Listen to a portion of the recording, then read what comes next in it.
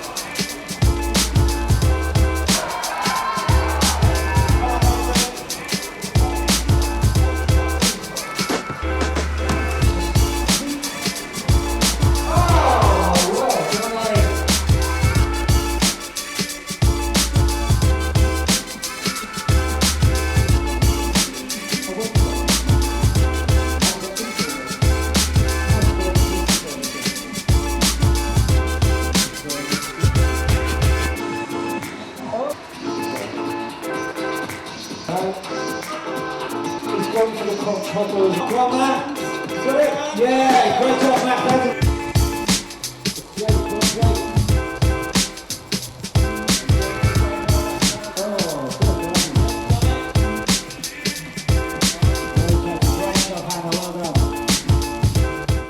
And so that was the semi-finals this morning, and what an extraordinary event it was. Really, the only big omission from the men's event was Orin Coley.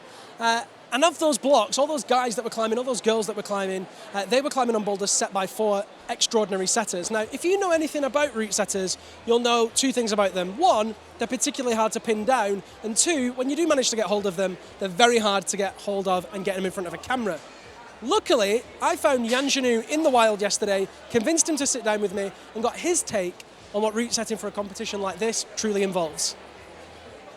I'm Jan Genou, I'm a route setter, and we're here in Highball. We are indeed here at Highball for the Big Flash competition. You've been setting as part of a team of 4. Yeah. How's that been? Great. Like, it's a strong team of setter. They're all very experienced. So yeah, it's easy and like we all know each other. It's a nice social. Specifically to do with Highball, you know, you set at the biggest competitions in the country and some of the biggest competitions in the scene in general. How does the Big Flash compare to those? Close to the biggest competition in country. I mean, all the best guys and some of the best girls are here. So yeah, it's a good level. It's fun. And as a setter, what do you have to, you know, what is it that you have to bear in mind in terms of like splitting these athletes? Try not to set something basic because they're always going to be stronger than us. Otherwise, we'd be competing. Why do you do what you do? Because I love it. For me, it's a passion just as much as my own climbing. I love it just as much, if not more, which is why I guess I went the extra mile compared to some other setter. Yeah, and you really do, you know, having worked with you, you know, the detail and the thought that you put into each boulder is always kind of admirable. When you set for a competition like this? Do you have something in mind? Do you kind of know what you want to put on the wall? Or do you just come and see what happens? Both. Sometimes you see on other comps, or there's a cool move that you've seen, or you think of a cool move, and I really will try everything I can to find the right material, volumes or hole to try and do that. But at the end of the day, the comp needs to work, and if it doesn't work, then you just change it. What do you think it takes to be an excellent route setter?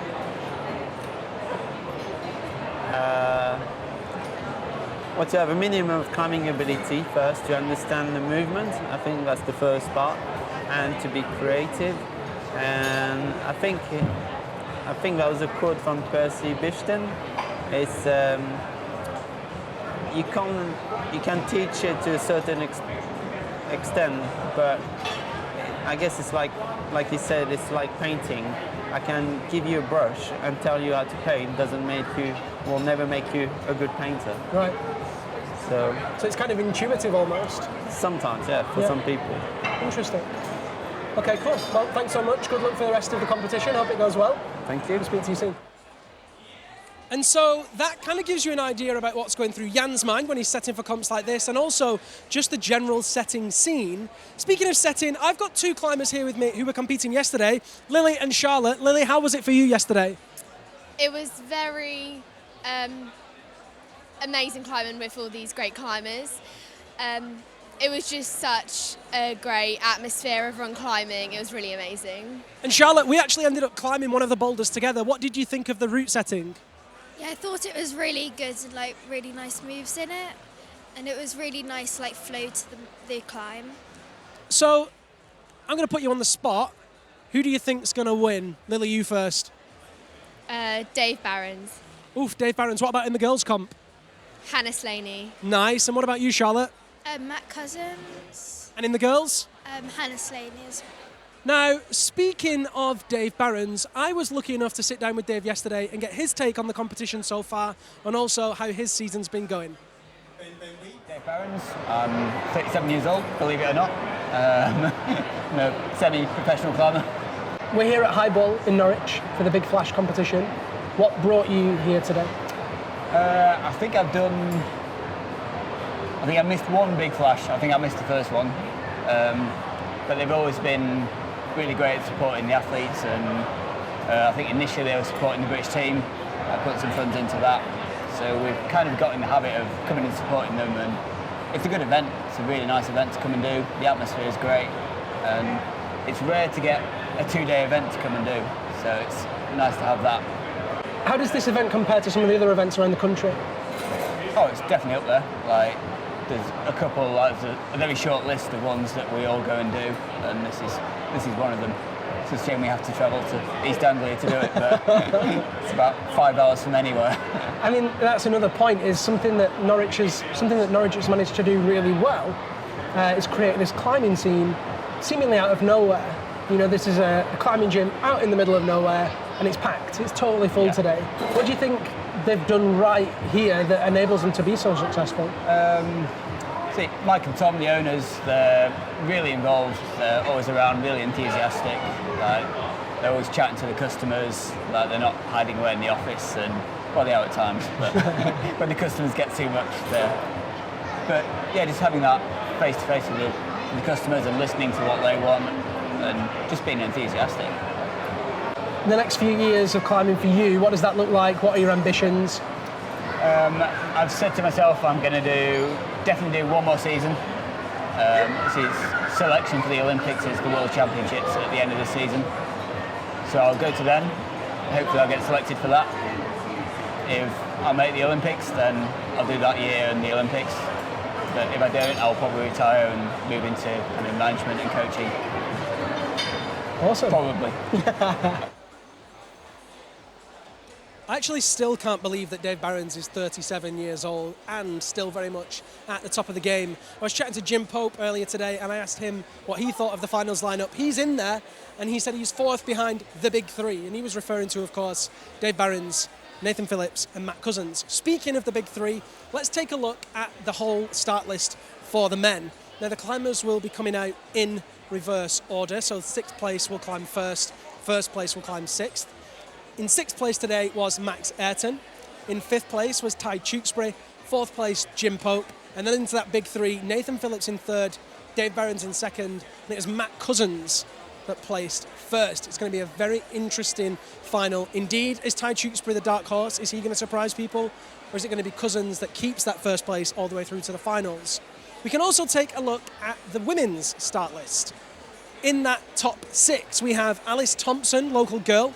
She'll be followed by Zoe Petermans. She qualified 5th today. Jen Wood, who was our 4th place qualifier, will be next. Then Jo Neem, Hackney local, in 3rd. Ida Riemschka, the Edinburgh-based Slovenian climber, placed 2nd. And then the Junior World Youth Champion, Hannah Slaney, was our top placed qualifier. And speaking of Hannah Slaney, I sat down with Hannah yesterday to get her take on her season so far and also on how she thought the qualifiers went for her. I'm 18 years old and I'm from Bristol and I'm a climber. You are indeed a climber. In fact, you're a pretty good climber. You have done very well this year. You won the Junior World Youth Championships. Yeah, How was right. That was fun. It was, Yeah? completely unexpected and it was an incredible experience that I'm never going to forget. So, When you say it was unexpected, yeah. tell me what you mean by that. Well, I'd never made even a final at a World Championship before, Junior World Championships before. So just to make finals was amazing, and then to get on a podium and even on top of it was, unexpected. So we're at Highball Norwich for the Big Flash. Why have you come here to this competition? Well, I came here 2 years ago to compete, and I really enjoyed it, and it was a really fun competition. How did you do then? Can't actually remember. Sorry, there's a lot of competitions ago. I didn't win. I know I didn't win, so it'd be nice to come back and win. But it's good practice to climb with some comp blocks and see all my friends. And so, of course, that was Hannah Slaney, and I'm very excited, certainly, to see how she does later this evening. Now, I'm with Mike Surtees, climbing director at Highball Norwich. Mike, welcome. Welcome, thank you for coming. And thanks for having us. Tell me a little bit about the history of the comp. We're in the 5th year of the competition, 6th year of the festival, right? Yeah, that's correct, yeah. So when we opened, it's a long time ago, there wasn't many walls in the country as there were. I drove around and just didn't feel there was many comp walls. So I looked at the climbing works. We built something. We built a competition wall with viewing. We did a festival. It went well. And then the following year, we just basically copied the quiff.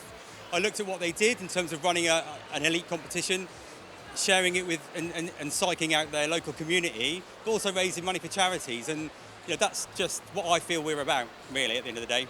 So you mentioned charities there. There's 2 charities that are important to this festival and that you're supporting directly. Tell me about those. Yeah, so we have supported Climbers Against Cancer every year. So year 1 it was just them, and then every year after that we've shared it around. So actually year 2 we split it between CAC and the GB climbing team as well. The last 2 years have been East Anglian Air Ambulance, and then this year, because Chasm has come on the scene, we just thought that's brilliant.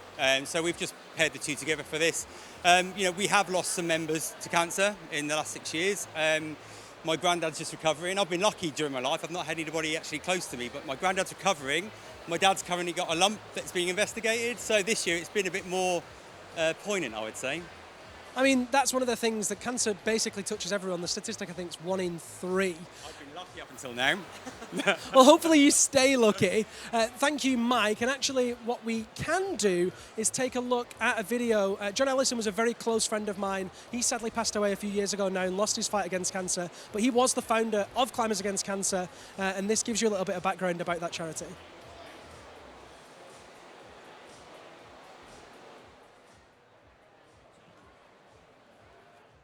Life's great. Life's always great. But I'm in a lot of pain, if I'm being honest. Every day is pain from when you wake up. Well, when you wake up, actually, you don't really go to sleep much, but when you go to bed to when you wake up, it's pain. So. And yeah, I do take a lot of painkillers, but could have been under a bus and that would have been a bit more painful, I think. So, no. But yeah, it's difficult because you're constantly fighting against you know, something there that's pushing and you're pushing back. So you've got two options really, you know what I mean? You either give in and you allow like in my situation, you allow the cancer to dictate, or you think, okay, I'm going to stand up to this and I'm going to live my life and deal with the setbacks of it. And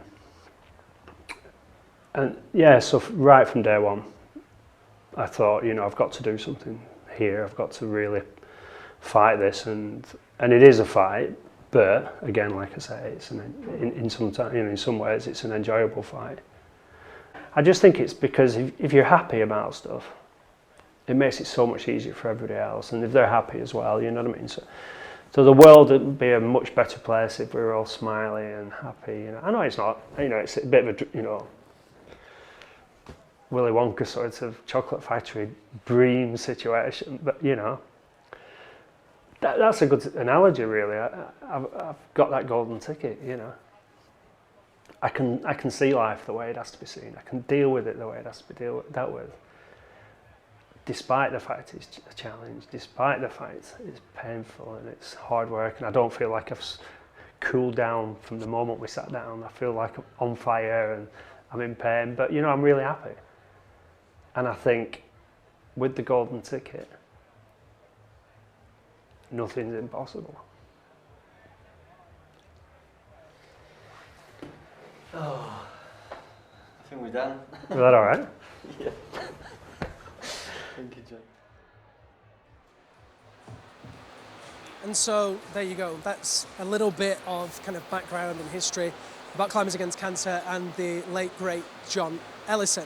If you would like to donate to Climbers Against Cancer or to Chasm, it couldn't be easier. Highbull Norwich have actually posted a link on their Facebook page. You can click that and it enables you to donate to either of those charities. So do check out that link. Make sure, if you can, donate to those charities. If you are just joining us, a very warm welcome. This is being streamed online. You can hear now Mike Surtees is about to announce the welcoming of the athletes. I want to just quickly show you what's going on here. We've got all the cameras set up. White Label Media Services are involved. Hey Tony, how you doing? Yeah, it's going well. Tony's on one of the cameras. We've got cameras everywhere. You can see the positions up there. Massive, massive crew, and they're bringing you a very, very high-level broadcast. Now, as these athletes get ready to come out, one of those names is, of course, Matt Cousins. He qualified in first place today. Fun fact, Matt Cousins has not yet won this competition. Okay, so let's see what Matt had to say yesterday after his qualifiers and all about his season. Why do you climb? Because I've been doing it too long not to climb. How long have you been climbing now? Since I was 11, so like 18 years. No, but I love it. I think I kind of have to like remind myself sometimes why I actually do climb. And I think it is down to the movement. Like, I just love the movement of it. And yeah, it's like so versatile in using like your whole body. Yeah. Climbing's been selected for the 2020 Olympics in Tokyo. Yeah. In the 18 years that you've been climbing, how have you seen climbing evolve, and how do you think it's going to evolve post-Olympics? I'm not really sure. I guess the last maybe 4 years have just been crazy for climbing. Like the amount of walls that have popped up, the amount of exposure it's getting. It's just kind of, the whole scene has blown up, and I can only imagine it just getting stronger, more people getting involved after the Olympics. Olympics is going to be a great exposure for our sport, you know, and I think it is kind of cool that it's like they're doing this combined format of 3 different disciplines, because then it really does showcase the sport as a whole. Obviously, I'm like slightly biased to bouldering. You know, I used to lead as a kid. I've never done speed climbing, but yeah, I think there's like a lot of depth into each aspect of the sport. So yeah, I guess the scene's just going to continue to grow. Yeah, I can't see it going any other way. I can't see it like shrinking back down. What's your ambition for the Big Flash this year?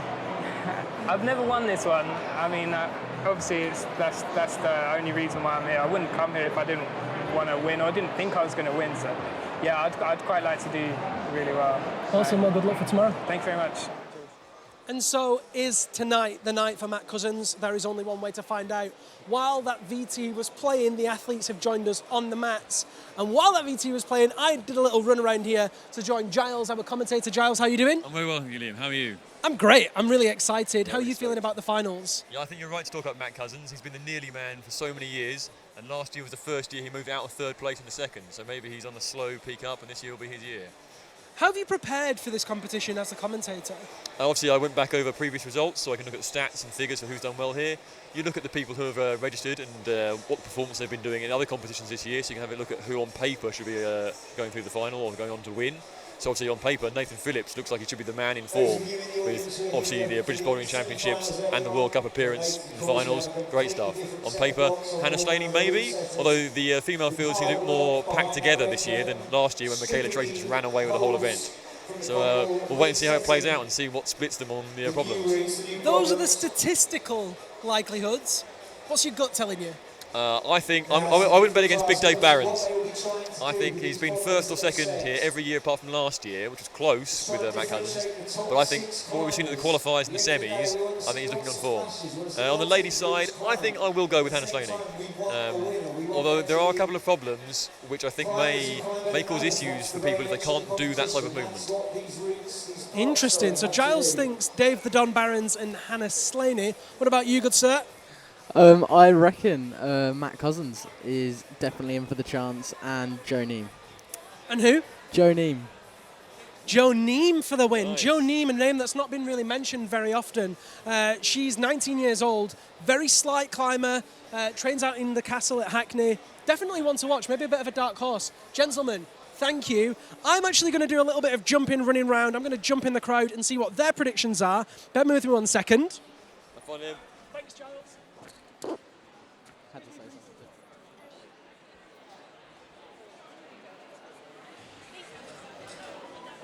Okay, right, I got some people. I'm going to grab some unsuspecting victims and see what they think.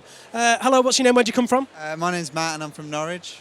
Matt, who is it that you think is going to be on the top spot later this evening in the men's and women's? I think the men's is going to be close between Nathan Phillips, Dave Barons and Matt Cousins. But I'd quite like to see Jim Pope up there, to be honest. And for the women's, I think Hannah Slaney seems to be sort of out there for me. Did you climb yourself this weekend? Yeah, I did the qualifiers, which were really good fun, really good set. So yeah, I really enjoyed it. Awesome, well thanks and enjoy. Let's see who else we can find. Hello lady and gentlemen, how are we doing? What are your names? Stuart. Sabrina. Stuart and Sabrina? Yeah. Stuart and Sabrina, who do you think is going to be on the top spot at the end of the night? Oh, men or women, or both? Both. Oh, men, I think Dave Barons looks strong. He was really strong in semi-finals. And I'm going to butcher her name, but is it Aja? She's really strong. I know her from Edinburgh. I went to uni there. And yeah, she looks really strong. So I'm going to say Matt Cousins for the men and Hannah Slaney for the guys. It seems that there's a bit of a mixed bag across both fields here. We've had Joe Neem, we've had Ida Rimska, we've had Hannah Slaney, Cousins, Barons and Phillips all mentioned. Those are our big three. Guys, please enjoy the finals. I'm going to stand up very slowly because they have a bad knee. And, okay, let's have a look at, let's get on the mats. Should we get on the mats? Let's have a look this way. What I'd like to show you guys now is actually how this competition works in terms of rules and regulations. These guys are all looking at the holds. Let's sneak through here. Okay, let's take a look at men's boulder number 1. So every single boulder has 4 pieces of tape to start. You can see these pieces of green tape here. Each piece of tape denotes a limb, essentially, hands or feet. Climbers have to have 1 limb, 1 hand or foot on each piece of tape before they can leave the start. So they'll pull on. Then once they've done that, they can continue up the boulder. The next point that is of significance is the zone. The zone is marked by a yellow disc and a yellow piece of tape. Once they control that zone, that actually is a separator in the what's the word I'm looking for? Instance of a tie. So that is a really key moment when they touch that zone. And then the next part that they're going for is the top. It's another green disc, another piece of green tape, 2 hands on the top, in control. The judge will call it, and that is the important part. So once they've got There. That's the whole boulder complete. There is a perfect score that's achievable by these athletes. 4 tops in 4 attempts. That's the important thing. So you want to climb these boulders as quick as possible with as few falls as possible. 4 tops in 4 attempts is the best score that you can get. These athletes have 4 minutes to climb the boulders. However, if they're still on the wall, after the 4-minute buzzer's gone, they can continue until they fall again, which will make for some very exciting finishes, I hope. The athletes are very, very close now. They are out there. Should we take a little look, see what's going on out here? We're not going to go to an isolation camera because they're not in isolation. We're going to take a look while they are reading these routes. They're just going to be reviewing everything, trying to work out exactly what it is that they need to do to work out all these boulders. I'm going to have a quick look over there. Is Giles ready? It looks like Giles might be ready. And let's get Giles and get his thoughts on the rest of the competition. I'm going to take a seat. You guys enjoy. Good evening, gentlemen. I'm Giles. I'll be a commentator this evening, and I'm going to be joined throughout the evening by a veritable revolving door of guests. Joining me at the start here is young Johnny Golder, local WOD, brainchild behind climbingdirectory.co.uk, and travelling competition climber. Would you say it's fair to say, Johnny? No, thank you for a great introduction. It's good to have you up here with us, providing a competitor's voice to what's going on behind or within the climbers' minds and what might be thinking as they look at all the routes now in observation. Your thoughts on any of the problems? They're looking very tough. Just basically, yeah, that's more or less what you can say. So as we were discussing off air just now, that M3 in particular looks pretty spicy with the blue pill holds. And the competitors now are looking at M4, which looks like it's got quite a dynamic bottom section into a possibly quite tricky top section. Yeah, definitely quite a dynamic start with it too. So yeah, it should be quite good to see. Obviously, during this time, everyone's trying to think up how they're going to approach the problems. Do the climbers share ideas between themselves, or they just discuss general problems? Yeah, you tend to have the climbers more or less talk to each other throughout the whole viewing time, and then share sort of ideas. But I think a couple of people will probably keep a couple of ideas to themselves if that doesn't work. Sure. So maybe share idea A, but keep plan B to yourself and see what happens. Yeah, exactly. So although it is everyone here obviously climbs with each other a lot on the competition circuit, but even though they are competitors, they are still all friends. Yeah, for sure. Obviously, the ladies are eyeing up the dual texture on an F4, which, as we discussed, seems to have quite a combination dynamic start, which could be a bit of a catcher at the end of the competition. Yeah, it's going to be a first sort of jump to bad sloper, then it gets better as you keep going through, and then hopefully should be quite a showstopper when they manage to do the full dyno. So the observation period has now ended, and the competitors return to isolation, from where they'll come out in the reverse order which they qualified in the semi-finals. So whoever qualified 6th in the semi-finals will be coming out first. At any one time we should have 2 climbers on the wall, one from the females, one from the males. As they come out, they'll be able to have a quick look at the wall, and then the timer will start. Tonight we are using 4 minutes plus for climbing, so the climbers have 4 minutes in which to attempt the problem. And if they happen to be on the wall when the time runs out, they can attempt to complete that climb. If they're off the wall when the time ends, they're out. So you often see people rushing back on at the last minute and then chalking up on the wall to save time. Yeah, as well, they try and get as much of a rest in before that attempt. Just if they come off at like 10 seconds, they have to jump straight back on, chalk up, and then have a little rest as well. But yeah, it should be good to see. All the routes are marked clearly on the wall. I hope you can see it at home with a label saying either M1, M2, M3, M4 or F1, F2, F3, F4. All the route problems will be attempted in order. So M1 and F1 will be attempted first, followed by M2, F2 and so forth. The starts of each problem are marked clearly with start tag and green tape. Each stripe of green tape denotes one limb, one arm or one leg must be on that hold. So sometimes you'll see routes that have 2 and 2 or even 3 and 1. Halfway up the route, you'll often see a zone marker marked by a tag with a bit of tape. This is used in the case of tie breaks. If the climber makes it to this hold and then doesn't top it, or even if they do top it, it might come in later on should there be scores levelled. The tops are clearly labelled tops and are at the top of the route. The route setting teams for today was Yan Janu, Jamie Cassidy, Jason Pickles and Andy Long. Possibly the most old school and weather beaten route setting team I think we've had here for quite a while.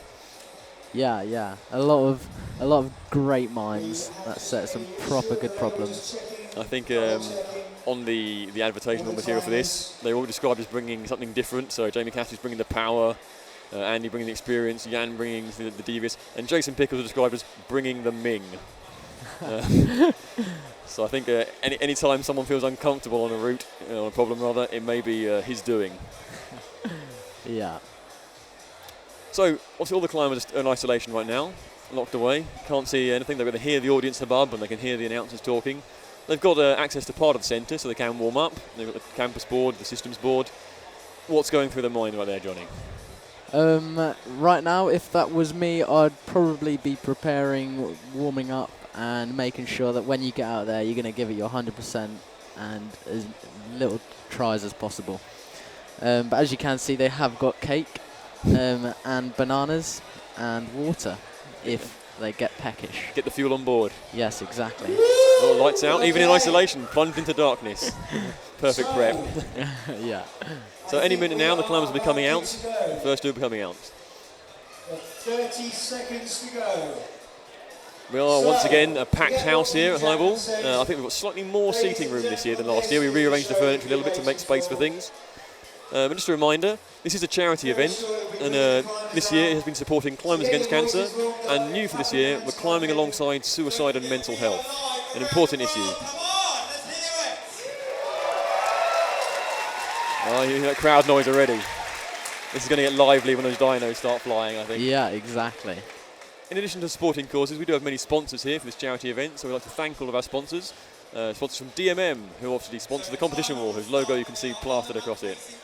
Tenaya, our shoe sponsor, and Beta Setting and Vertical Life have bought their climbing app here to help run the event. Okay, so first out we have So here we go on the mats.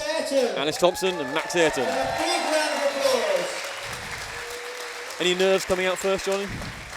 I think Max has got quite a straight head. I think he's got one goal, and that goal is to top it. So I think he's going to be cruising this slab, as in the qualifiers there was a fairly tricky slab sort of problem on the squad wall, the new squad wall for Highball, and yeah, he just cruised it. Brilliant. So he's straight off the start. These holes are all quite large, but the areas which are quite good are actually quite small on there, so it's quite deceptive thinking you've got a lot to play with, but actually you don't. Yeah, there's definitely like a magic spot on there, so as you can see the chalk indicates whereabouts more or less the good part of the hold is. If the route setters were to be nasty, they could chalk up the wrong bits, so if they wanted to go for it, they'd miss the good part and have a full. As you can see in the picture there, next to Max's hand, the setters have taped around the edge of this volume to try and stop people crimping the positive edge of the hole itself rather than having to do it properly. Meanwhile, Alice Thompson. Alice, straight in. Yeah, first top of the day. Well, that's a good way to open the competition, isn't it? Yeah, very. Flash in, get yourself in a positive mood. Yeah, should be very happy with that. Point to the bank. Should be heading straight back into ISO and getting them headphones back in. Yeah, no wasted effort, like you said there. She'll get plenty of rest before her next problem now. Yeah. I believe that was a flash. Very much Alice. so, yeah. That's good. So it's even better. Max is taking his time here, I think, having a look at the problems. I think he got up and got a little bit confused as to what the best way to come across from the zone onto the penultimate hole was. I've been reliably informed by one of the setters that the feet on this route are pretty shocking. Yeah. So the series of 3 chips you can see running across the bulge of the slab, none of them is particularly great. Yeah, they look very... Well, what's the word, really? There's nothing there. So this slab is slopes in slightly more than the other slab, which we'll see later on the competition wall, and it has a slight bulge in it. So there's sort of 2 sections to it where you can lean over if you've got the feet for it. As we've seen there, the feet aren't exactly inspiring confidence for Max. I think Yeah. Although now he's had one feel, do you think he'll feel better in future attempts, or do you think he'll try and maybe skip it and go to the second one? Yeah, I think he'll definitely be starting now to think about it a little bit more and trusting his feet a lot more. But yeah, it's looking good. Again, you said you got a level head on him. I think he's got a pretty relaxed head. He doesn't look like he's getting frustrated by not getting anywhere. He knows it's early days, and he's back on. Yeah, he's got 1 minute 20 left, and he's going to be on it. Yeah, no trouble getting to the zone. He's quite assured here. Yeah. And then just finding what works to come across this narrow, balancing section with a terrible feet. Pulling his t-shirt down there to not get it caught on the volume. Oh, there we go, progress. Nice. Oh, no. That shows you how fine the balance is there, doesn't it? Yeah, yeah, there's really a certain balance point as well. I believe he had his foot on the left chip as well, so I think he'd have to either swap feet or squeeze his other leg round and through. So yeah, it looked like he was shaping to step through, didn't it? I think, yeah. Which probably what threw him off, I think. Like I said, trying to squeeze the leg through under the balance. Yeah, definitely. Obviously, Max, this is his second big flash. He was here last year, where he made the finals and came 6th. I spoke to him earlier, trying to G him up and insist that the only way was up. But he was having none of it. He was playing it very coy and insisting that whatever happens, he's here to have fun. Always great to see the contestants always there for everyone, and don't matter what the outcome is, just about having fun. Exactly. He had a little experimental flick there, moving his right foot to the second chip, but I don't think he fancied it. Yeah. I think with the foot out on the second chip, he might be too far to effectively press off the zone. Again, you can see him grind. He's catching his top on the friction of the volume. Yeah, they look very sticky.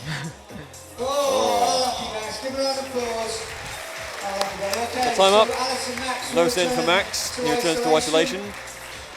Obviously, he'll now be really focused on the second problem, knowing that, well, depending on how the other 5 males get on with this, that he might have to really sort of pull the stops down on the next one to stay in the game. Yeah. So out for the ladies, we have Zoe Petermans, and for the boys, Ty Tewksbury. Ty's out on the mat, and he's had a quick look at the problem, and he's going straight in. Looking pretty like he's psyched for this, really, like he's got his number. Yeah, he looks very well prepared, I think, the word. Like, he's read it perfect already. So he's got to the zone. Yeah, again, no problems off the start. No.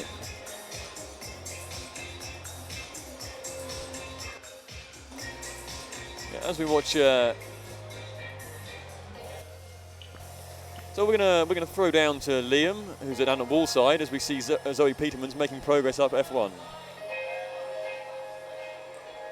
So Zoe's up to the zone hold, as is Ty. Hey, so as you can see now, we've got Ty Tewksbury and Zoe Petermans on the slab. Oh, Ty with those very, very poor footholds, just losing his right foot there. And you can see Zoe Petermans at the far back side of the wall, moving up on those slopers. Very difficult position to be in, but easily cruising to that. And there's the top in control. Nice work from both of those athletes there. So we'll have to see now if Ty can put it together, make his way to the top. Great work from Zoe there. Again, another flash, slightly slower than Alice, but still very assured. She took her time going up things. She returns to isolation. Meanwhile, Ty is encountering similar problems to Max on this Trixie Blue. Yeah, it looks like a pretty harsh battle with the feet. So here we can get a closer view of those feet, and they're ever so slight pebbles with a dual texture ring around them. So yeah, got to be super precise with the foot placement. As you can just see, just slipped. Perfect. Those sort of dual texture ones as well, they force you to stand on one bit, which then often you feel that sort of the pain in your toe of having to put all the pressure at one place. Yeah, that's awful feel. But again, this is becoming a bit of a running theme so far. That M1 is quite straightforward to start, and the zone is almost a gimme. But then cracking across to the second of the large, squarer blue pill volumes. Yeah, as you can see, the blue pill holds are very sloped. There's not much on them whatsoever. And the undercut after the zone looks even worse. I suspect he's probably going to try something very similar to Max here. Oh, he's gone to the second foothold. Yeah. I tell a lie. Nice. So he's trying to put it out. And he's going straight through. Oh, yes. Oh, and a nice pop. Great work. First top for the men. Very impressive. Everyone in the back will have heard that. Yeah. And know that Ty is now in the game. And the fact he's come back a minute early, they'll all know that the fact he's just topped that. So. And with a minute to spare, so he gets a good, again, quite a good rest. Yeah. So the brushing team's hard at work out here, keeping the holds fresh for all the climbers. They'll be concentrating on the holds that are getting used the most and the ones that are most critical for the routes. So coming out from isolation now, we have Jim Pope for the men, Pope on a rope, and Jennifer Wood, who could be one of the leading contenders. We're not quite sure. Yeah. Has the pedigree for it. Yeah, definitely. Definitely has the skill and strength to just cruise this comp. Again, Jim straight on. He seems to have taken the number of the route straight off. He's trying something slightly different here. He's not putting the heel into the start hold. Others, but it's working for him. Oh, I lied. I talked him up.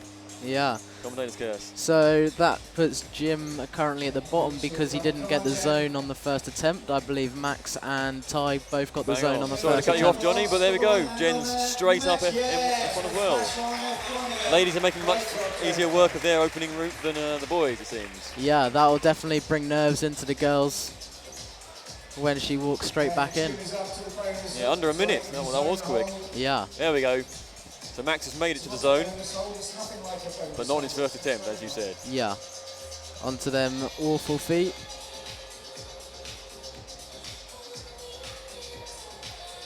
Although we're not getting to see much of it because the ladies are flying up the first route, their route does actually change pitch in the middle. There's two different types of overhang. But here we go. Jim's gone with the same feet that Ty did as well. He stepped straight down to the second one. Yeah. But then he's being a bit more. But now, step up, I think. Yeah, Ty put his left foot straight through to the third chip. Oh, look at that. that. I think Jim's now trying to bump his right again. Nice. Oh, good core tension and easy. A less dynamic finish, but a finish nonetheless. Yeah. Top to top. Very much so. Definitely in this stage of the game as well. Although everyone would like to flash it. Getting up, getting up. Yeah.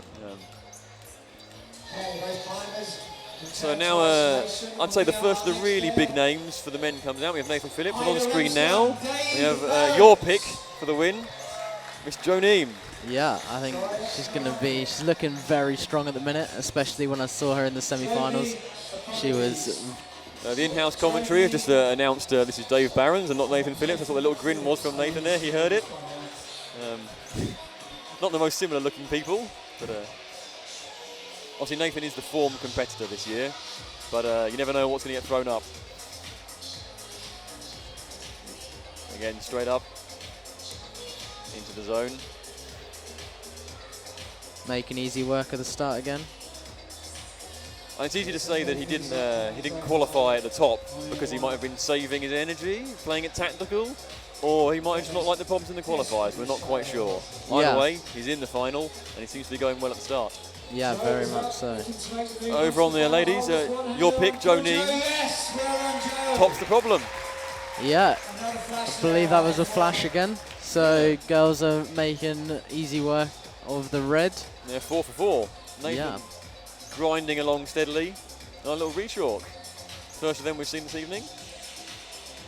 Oh, look at that. He's had no trouble. Yeah, Nathan's put his foot on the first chip, which all the other climbers didn't. Oh, he slipped. Oh, no. So close. Yeah. Saw the foot ping off there, but he briefly held it. Yeah. But couldn't carry the momentum Thought through. he was going to pull it straight back in and stay on. Very impressive either way. So also, as well as having had a great year in the British Bouldering Championships and in the World Bouldering events, Nathan has won 3 of the 4 previous big flashes, and in the other one he was second. So this is pretty much his event. The only other person to have won here is Dave Barons. Yeah. And on all the years that Nathan won, apart from last year, Dave Barons was second. So here's the replay of Joneem springing up the top F1. Easy work at that Looking finish. Very confident. Yeah. Quick look to the judges, make sure they're happy with her finish. I think F1, I wouldn't be surprised to see everyone get F1 as a bit of a welcome to the event. Whereas the boys are being started with something a bit more testy. Obviously, all the competitors are going to face a variety of routes across the competition, both on different pitches of the wall and different problems have been set.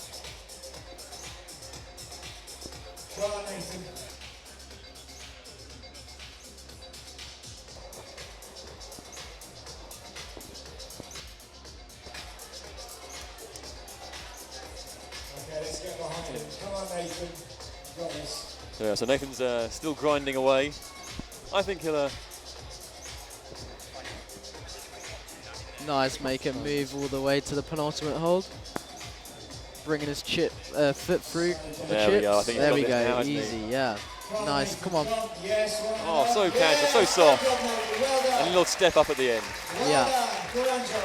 Going with, I think, the correct foot sequence, I guess, that the setters intended. So, yeah, setters will be happy. It's very easy when you see 3 in a row to assume it is right, left, right.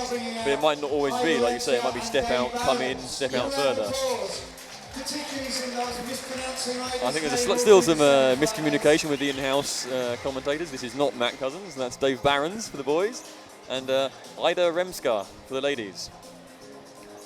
Obviously, because the ladies are making such short work of F1, we are getting a lot more camera time of the boys on M1, but expect this to change throughout the evening as we start hitting problems which may cause more trouble for the men and less trouble for the ladies.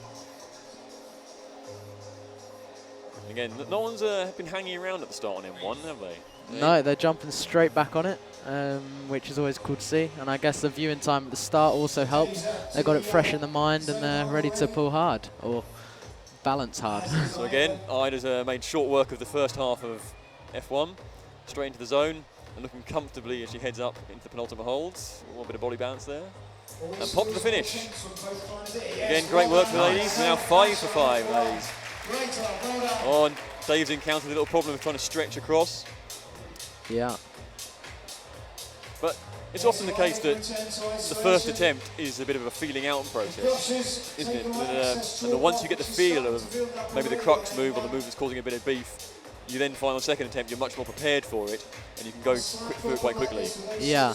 I personally find the first go will either more or less be the best go, but I guess when you're in such a big competition like this, you really want to be try and make the most of the time and trying to take your time. That's a good point. It's important to make best use of your time rather than necessarily to rush. You do have a lot of time comparatively to use it.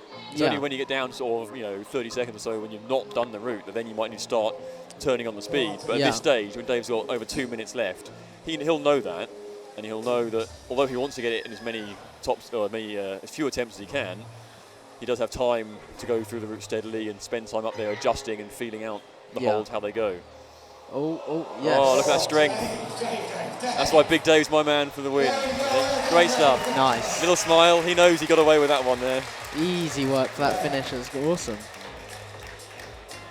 The brushing team closes in again, trying to make the most or make the zone for the men as good as possible. None of the holes have proved too much of a problem on F1, so although they are brushing them as is the way. So now Matt Cousins comes out for the boys, alongside Hannah Slaney. So Hannah missed last year here when Michaela Tracy ran away with the female side of things, but the year before that she put in a very strong performance. Oh yeah, look at that, you can see on Dave's face. The joy. That was a near miss and he knows it. Yeah.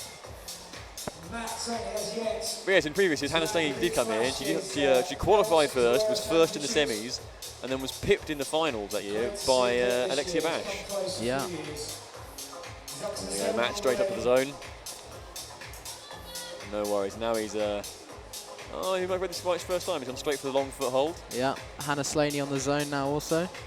Cruising, I think is the term. And Matt's cruising as well, in fact. Oh, easy flash. Nice. Yeah. I think both of these two are showing why they were first through the semis there. Yeah. There we go. Both of the first place qualifiers topping their, flashing their routes even in under a minute. Yeah. This brings M1 and F1 to a close. Quick replay of Hannah here. Again, you can see she looks absolutely comfortable. None of these holds are causing a problem. She's spending time to look around. And straight up into the finish. With this coverage, it brings our time with Johnny Golder to an end. Johnny, thank you for being with me. Thank you for having me. I hope all goes well for you. And enjoy the rest of the evening. Thank you. You too. So while we're waiting for the promenade to shift on thing, I'm going to be joined here by the wonderful Storm Biggs. Good evening, Storm. Thank you for joining me.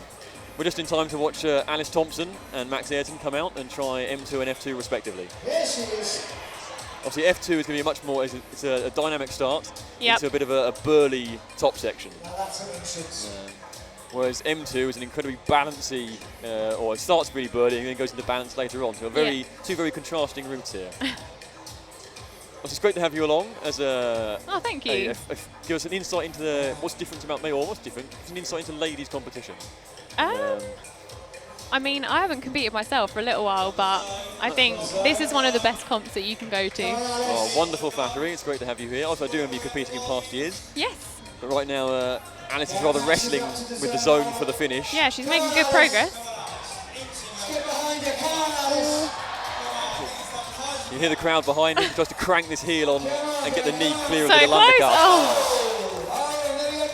In amongst all that excitement, Max managed to stretch himself to the finish. But again, he was making quite calm work of that while we were watching all the excitement here. Yep. As you can see, the roof section where it cuts out is causing problems for where the leg wants to be. Yeah, the leg gets stuck under the roof. And you end up getting a slightly shifty alpine knee, kicking the leg out as you try and get yourself up. I suspect, though, that given how well she did there... Yeah, that's only a first go. I think she'll be fine. Alice will be back in and up that. Obviously, all the ladies make short work of F1. Yeah. Which means they'll all be feeling quite buoyed, do you think? Yeah, I think so. It's nice when you do well on the first one. It makes you feel good. Success is always, like I say, yeah, it's good to get in the, you're in the race then, don't you? Yeah. If you get shut down too early. I think facing out like that for a jump is quite a scary start for a route. What may not be immediately apparent at home is facing out of that, they may also have to contend with a lot of the lighting. Yeah, that's and true. Activity in the crowd. People staring at them. Yes, it'll be very easy to get distracted and not exactly catch the hold in the way you want and exert too much energy trying to pull your body back in. Right, back on the zone. All these green volumes are brand new for this event. Okay. So a lot of the they're very, very coarse on the hands in places. They're real sandpaper texture to them. I'm sure they're thankful for that right now, but maybe not later. Yes. And if you were to slip on these, you are going to know about it. Oh! She's trying something different here, isn't she? Trying to pop the foot clear. Oh. Imagine this one saps quite a lot of energy. There wasn't a huge amount of dynamic problems for the ladies in the qualifiers or the semis. No, not really. They've saved it. Yes. Obviously, this does look, apart from the starting position and the orientation, this does look like it's quite a gentle dyno. Yeah. But you do still have to then turn around and go into this burly top section. Definitely. Obviously, you've competed and climbed alongside some of these ladies. Yes. We asked for Johnny's picks earlier on. Yep. Do you have any inklings to who you would back to win this? I think Hannah looks pretty strong this year, so I reckon she's got a good shout. And obviously, no bias at all, but who are you favouring for the boys? No bias at all, but I do think it's Matt's chance to win this year. There we go. Great stuff. So the fact she's taking a slightly longer time to... oh, I tell you, I missed a change over there. Forgive me while we're talking. Out for the ladies, Zoe Petermans. And over on the boys, we have Ty Tewksbury. So you can see, this start is pretty rough for the boys. It's really birdy. And the aim is to get up on top of the green volumes and then gently tiptoe across to the finish. Yeah, there's not a lot of conventional pulling on this. So you can see how this started all little shift, trying to get the body round that first volume and get up onto it. Oh, knee on the volume. There's not a single hold on this route. There's a rather infamous top hold, which anyone who climbs here locally will recognise. Oh, really? Yeah, the massive core hot volume. Universally treated with a bit of a snort of derision, I think. It's good because it's practical, but it's never easy. Yep. I'm wondering if I've gone a bit far over here. Yes, he's coming back. So he actually shift his weight off that upright grey volume. There we go, he makes it to the zone. Okay. And now, the join in the walls you can see there, folks, is both walls slope away. So although he's got his hand on that wall, it's not ideal. He'll get a certain amount of pressure on it. It's not going to give him enough. No, he won't want to do a huge amount on it. And as you get to the top, it will start to run away from you. He's so close. Oh, he's in a tall man, this, isn't he? Yep, he is. There we go, counterbalance with the foot. 2-hand touch, check the judge, they're good with it. And he's off. Meanwhile, Zoe is up north of the roof. Yep. On F2. Can she stick the last move? She's having the same issue, I think, of having to stick the foot on. You see how... Here she is. There we go. Recovered from her near miss. And you can see even at the start she had a near miss. Yep. The catch wasn't the smoothest. As we were saying with Johnny, a top to top. A top is a top, yeah. As definitely. long as you're inside the rules, you'll take it. So coming out, we have Jim Pope and Jen Wood. I hope she won't mind me calling her Jen rather than Jennifer. No, she won't mind. So, again, we've asked for Johnny's opinion, but I'm going to ask your opinion as well. Yep. What's it like being in the back when you're waiting to go out and you can hear the crowd cheering and you know that one of your competitors has topped the roof? Problem even, my gosh. There's definitely a lot of pressure. I think like everyone deals with it differently. Like some people just are in their zone with their headphones on. Some people quite like to listen and kind of feel for what's actually going on. So, yeah, it's pretty nerve-wracking. Probably not for these guys though. Seasoned professionals. There you go, Jen's made the catch on the dyno while Jim is wrestling through this start. I think Jim's got some pretty good endurance, so he can stay on this for a while. Well, we've already seen him re-chalk once, even though he's only just been on the wall. They'll go going again for more re-chalking. Route climber. So he's happy to lock himself in. Jen has cleared the roof on F2 and has now got the troublesome heel hook in. Making short work of that. And she's up. Oh, no worries. So Jen stays in the game on the top. And Jim's still got himself on. up. Yep. So he's through the burly section. And now it becomes the balancy, getting your body in position. Yeah. Don't want to see too many dirty drop knees tonight. There's certain regulars who are a bit overly fond of them. Oh, really? But whatever works, I suppose, to get you up the wall. Yeah, I can't say I'm too fond of drop knees myself. Well, that's clearly because you have good taste, Storm. Great taste.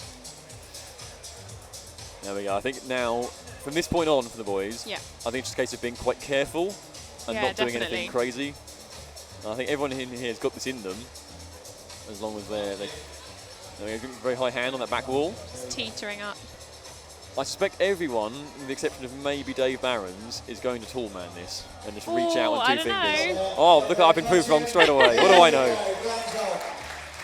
Yeah, I think Dave, Jim, and Matt are all pretty much the same height now, oh, so right. it'll be quite interesting.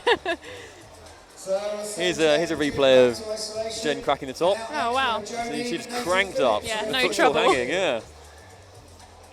That shows she really trusted her left hand on the volume to close off into a lock like that. Nonchalantly off the mats there. Yep. So next out is Johnny's pick for the win on the ladies' side, Joe Neem. Okay.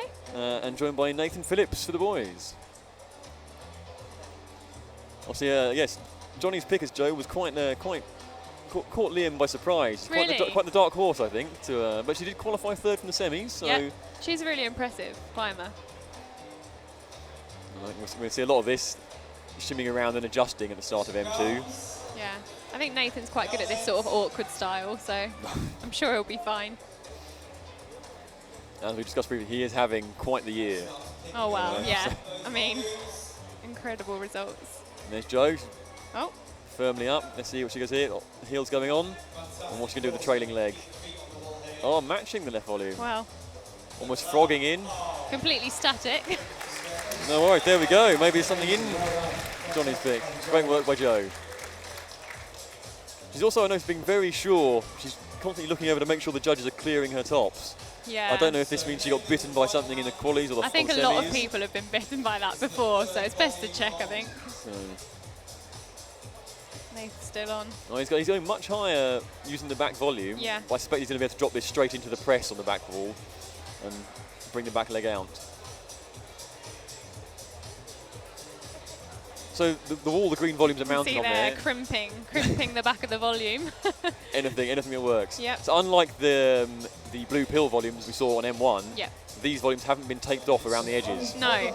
So it is game to do that if you want to. If you want to put your fingernails in the back. I think this means the setters have decided that doing that doesn't give you any more advantage than actually holding the corners of the triangle where you can see the rest of the chalk is.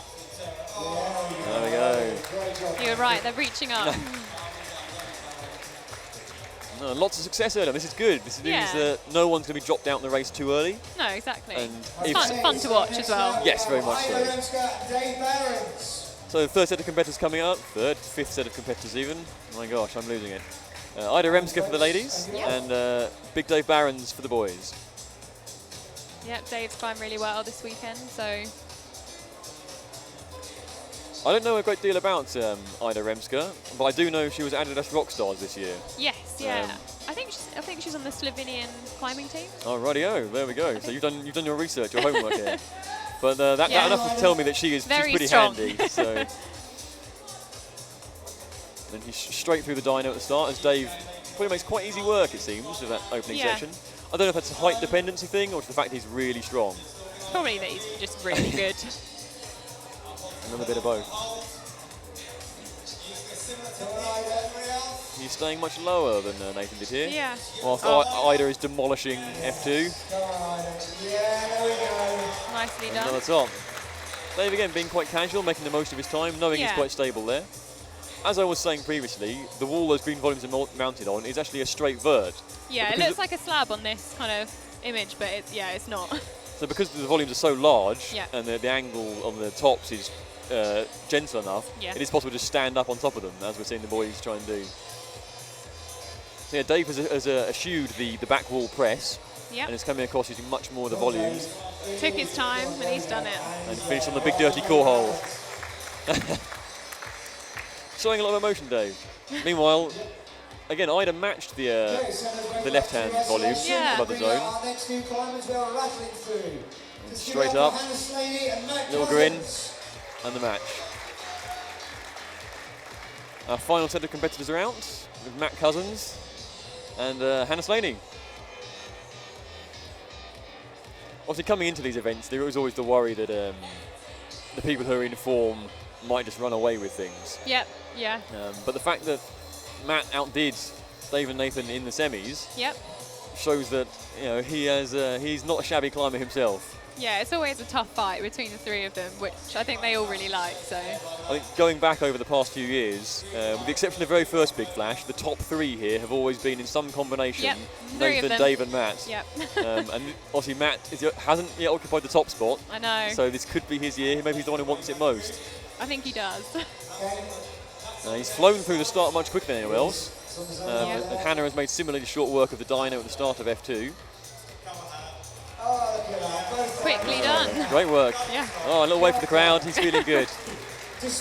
And Hannah also smashed her problem. Yeah, no surprises there. So we are great. We are now moving on to F3 and F3. So we move on to F3 and M3. So this is going to be a change of pace, and we're shifting to the older half of the comp wall here. This is what the original comp wall was before it was expanded down. As we see Hannah comfortably making the top on F2. Again, a little grin to the crowd. Feeling good, 2 from 2. So Max and Alice back out again. That's like quite a dynamic start on men's 3. Yeah, these routes are very opposite. Yeah.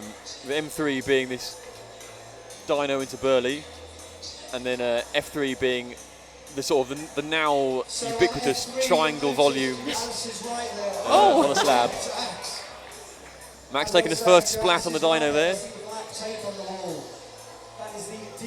It is a bit of a combination move as well for the boys. In the one and the catch is actually in the zone, isn't it? Yeah. And there's not a lot on the lower one. Now, Alice has comfortably got to the zone. Obviously, this is where the tricksy bit comes. Getting definitely. up through this section with that big volume in your stomach. Kind of pushing up into that small volume there. This is the second of the slabs on the comp wall, and this one is slightly shallower than the bulge we saw in M1. but it's also consistent the whole way up. And where you can see her feet are, there's a pitch change, so the feet there will be really positive. But then what you can do with these grey volumes to get up through them is another matter. Yeah, I'm not sure where she's going to put her foot next, but Max taking a substantial break on M3. That was quite a bounce he took. You almost suspect he wasn't expecting to fall off. Oh, and it sprung at the finish there. She's got plenty of time. Here we go for Max again. Here we go. Bang, bang. And he holds it. Oh, a bit of a punt. He'll feel that in the toe, smashing the wall like that. But not right now because the adrenaline's flowing. Oh. Again, more of these big blue pill holes that are deceptive. And although they're very big, there's not a great deal on them. There's a tiny chip down by the E in competition wall, if you can see it, folks at home, where the wall changes elevation. It's not a lot to go on, but hopefully it's enough. Comfortable for Max. And the match. Yeah, it's a good recovery. So that the bump he took on the first one, it didn't look like he was expecting not to hold it. No. And with a bit of a full body splat to the mat. Back up on the slab as well. And it's right back where she was. Yep. I think she shifted her grip to, she's more sort of side guppying, trying to get the undercling on that, and then thrust up into it, I should imagine. Yeah. The volume on her right foot is quite shallow, the angle she's at, so I think you need to get high on that to get anything off it. Yeah, definitely. You need to trust your foot for that one.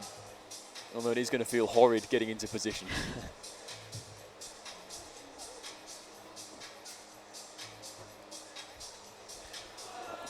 Come on, Alice. Okay. So there's that penultimate hold. Come on. One move left. Yep. She goes one hand on. Ah. And that's it. Well done. Yes. Great work by Alice. I think she'll be pleased with that because there's quite a lot of work clearing the top half. Yeah, I don't think you can afford to fall off that too many times. It takes quite a long time to get back up there. Yes. Okay, so next up, we have Zoe As the Peterman, next Ty competitors, Tewksbury. Ty Tewksbury and Zoe Peterman's come out, we're going to quickly throw down to Liam Lonsdale and see what's going on wallside.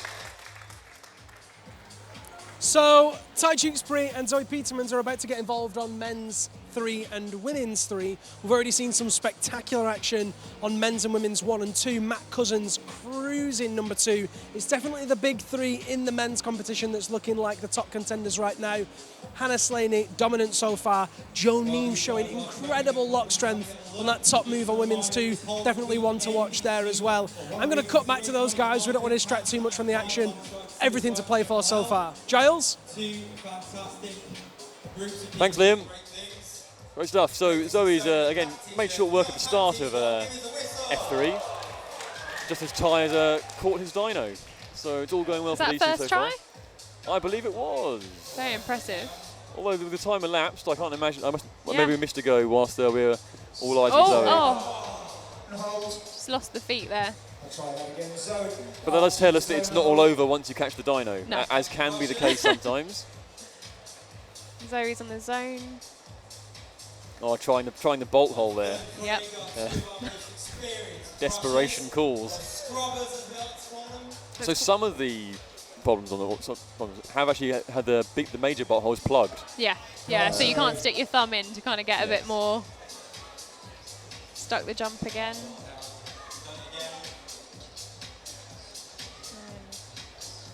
So here we are. Oh. Ty made a bit of a lunge at the finish there and it's come a cropper, but I fancy that maybe next go he'll get it. Yeah. Whilst just needs to set the feet and he'll be fine, I'm sure. Zoe is just really chalky. She tries to get to grip with this pseudo undercling and get her way up into between the big volume and the smaller one to her left. Yeah. I think she's been on this problem for over a minute now, so I'm sure she's looking forward to getting to the top. And I think because the lower foothold she's come off is quite generous, yeah. I think that it's not as tiring as it could be otherwise. Yep. Get up to that penultimate hole. But the penultimate hole isn't quite as generous as she was hoping for. No. So the undercling, you can see they're doing all the work until she can reposition her weight to take it comfortably on both hands. Nice. Here we go. And a little pop to the finish. Great stuff. Great job. Come on. And Ty just popped off the top as well. So yeah. Yes. I think you were right in saying that after being on the route for that long, the problem, oh my gosh. Yeah. She'll be very happy to have topped that and not wasted all that energy and have to do it again. So here we see Ty a minute ago. And he popped. I suspect he might have to try and use that dreadful chip he's trying to avoid. Yeah, I think he might need that foot. I hope he's seen the foot. No, he's quite hidden. It's a good point, actually. It can be very easy to miss, concentrating all the big holds. But he seems stoked. He's flying back on the wall. He's got the bottom section dialed in. Yeah, into definitely. the zone. Yeah, it's comfy. Okay, he's looking at it. There we go. Oh. Maybe that crimp isn't quite as good as the others have made it look. I suspect that foothold is also of, similar to the ones on M1 in their non-existence. Oh, it's there, but it's not giving you much more than a point of stability. Yeah. Make that dyno move all day. He's got time if he wants to. Great to see him get to the top. Of course he does. Go on, Ty. Because we are using the minutes plus system here, Yeah. he does potentially have time if he slips off again to get on. Yeah. And the start on this is quite comfortable, so he could afford to get on and re-chalk. Here he Hopefully goes. he's not going to miss it as he digs in. You see him trying to release that back leg. Oh, just can't quite trust that foothold.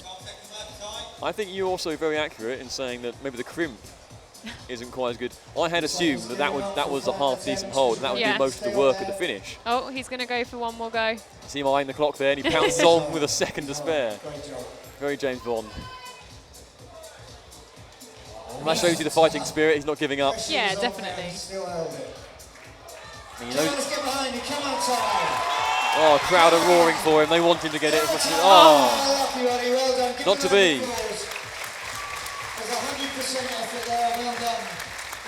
Ty knows he gave out the beans. Coming out, we have Jen Wood and Jim Pope to attack these very, very different types of route. Problem, I've got to start saying route. You've got to stop me on this. There'll be boulders everywhere screaming at me. Yeah, probably.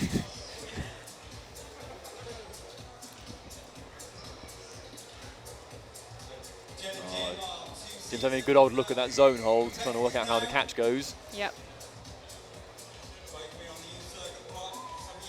Here we go. You can always see people approaching dynos with a bit more oomph. Eyeing up the jump now. To the right of Jen over there, you can see a black line down the wall. That's pretty there as a precaution, but it's also there to stop climbers using certain bits of wall. Because off to the right there is a small bit of vertical wall, which can be used to sort of climb in like a chimney fashion. Oh! Okay, definitely slipped off the crimp that time. Yeah, Jim Pope also having trouble with the crimp at the top there. The brushes are going to work on it, but it may be that because it's quite narrow, it's more sort of a heat and a grease problem rather than chalk. As Jen is up in the zone in the same position, trying to get some height to use the undercling. Yeah. Slow and steady on the slab. And again, we can see comfy on that left foot with the undercling, so you can plenty of time to re-chalk. I think she might also tentatively had a poke at the bolt hole on top of that volume a minute ago, but decided against it. She might, yeah. Okay, she's up to the penultimate hole. Come on, Jen. Come on, Jen. She's testing her weight, finding what works. I think it's one of. Oh, I spoke too soon. She's straight through it. There we are. Yeah, there we go. Easy, well done, Jen. Straight up there. Fantastic stuff. Jim stuck the jump again. Comfortably into the zone and up to the next. Quick pat on his leg for some chalk for the crimp.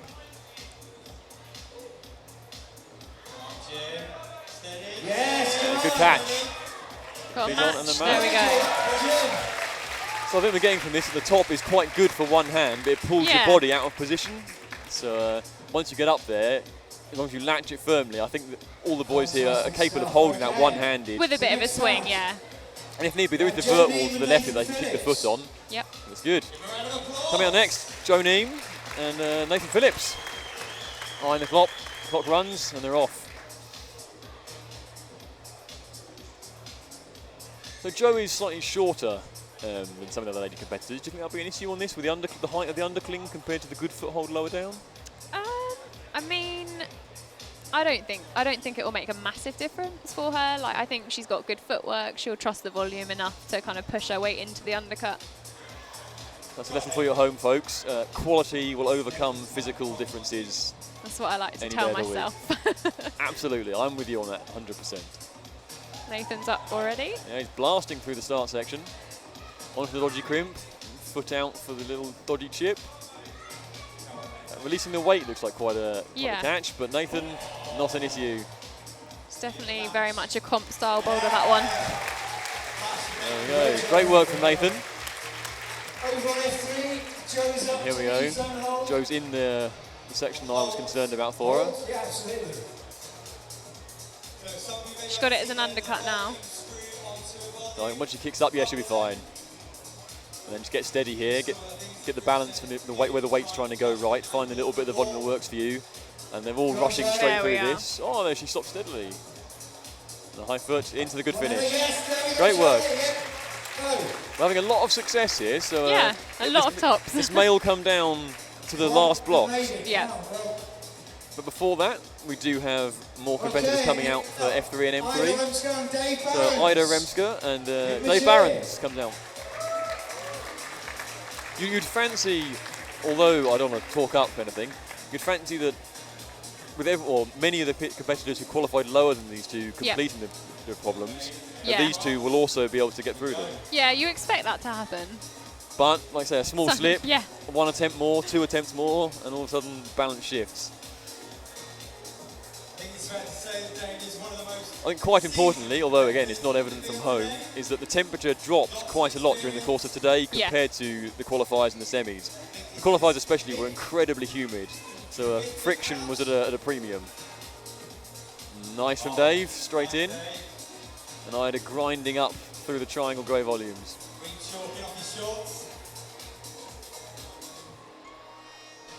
Oh, big got the heel on. Dave looks like a man on a mission here. Zone hold already. Oh! The right hand just went. Oh, the look on his face tells you all there. Gutted. He also took a slightly different approach there. If you noticed, his right foot, he kept it on the volume and dragged the toe up rather than cutting it off completely and sort of hanging the weight on the crimp. Yeah, maybe he thinks that last hold's a bit worse than it is. Oh, there we go. So Dave has actually added chalk onto one of the brushes, which means that crimp must be getting a bit greasy and a bit damp from heat of other people's hands. Yeah, and the heat of the light, probably. Meanwhile, Ida up through the zone onto the penultimate, and you'd fancy the top from here. Yep.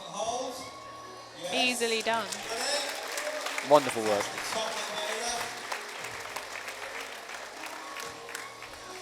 Dave just blowing on his fingers and shaking the right hand out. Taking his time. I think that ping off, everyone who's climbed will have had one of those where you ping off and your hand just lashes shut and you can feel everything vibrate inside. He knows he's got plenty of time left. So back in, making all the moves with quite a lot of purpose here. He knows he's got this in him. Yeah. And I think he'll be a little frustrated that he dropped it last time. I'm sure he will. Oh, there we go. He was ready for it that time. Interesting, catching with the right hand. Yeah. I mean, that shows the point you picked up on very early, that the crimp clearly isn't as good as the first two made it look. And Dave was expecting to lose it there, and instead just went with the flow and put the brakes on using the side of that big blue pill volume. Yeah, 2 left. Yeah, look at that. Looked comfy doing it. Into the finish. So although he'll be a little bit frustrated at the drop, he'll be glad he got it back straight next time, so no more wasted effort. So Matt Cousins for the boys, and Hannah Slaney for the ladies. Hannah always smiling Slaney. She really is. She's so chirpy. She loves competing, I think. Great. I hope she does keep doing well. She had a fantastic year as well. Yeah, definitely. Between British bouldering and the Youth World Cup. Yep. I think as long as she keeps going, she'll be a wonderful ambassador for the sport with her attitude. Yeah, I think so. It's nice to see people who really enjoy themselves.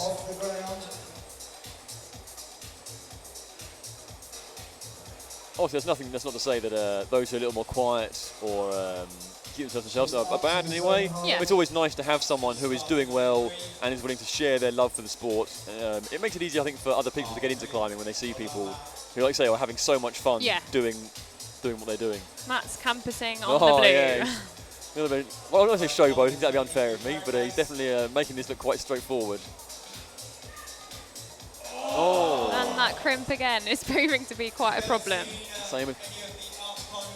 To be fair, he cut with a little less force than Dave did, so I suspect he might be able to hold that if now he's expecting it to happen without having to slap into the side of the blue pill. Yep. Re-chalking at quite an odd position there, but she obviously feels comfy enough to do it.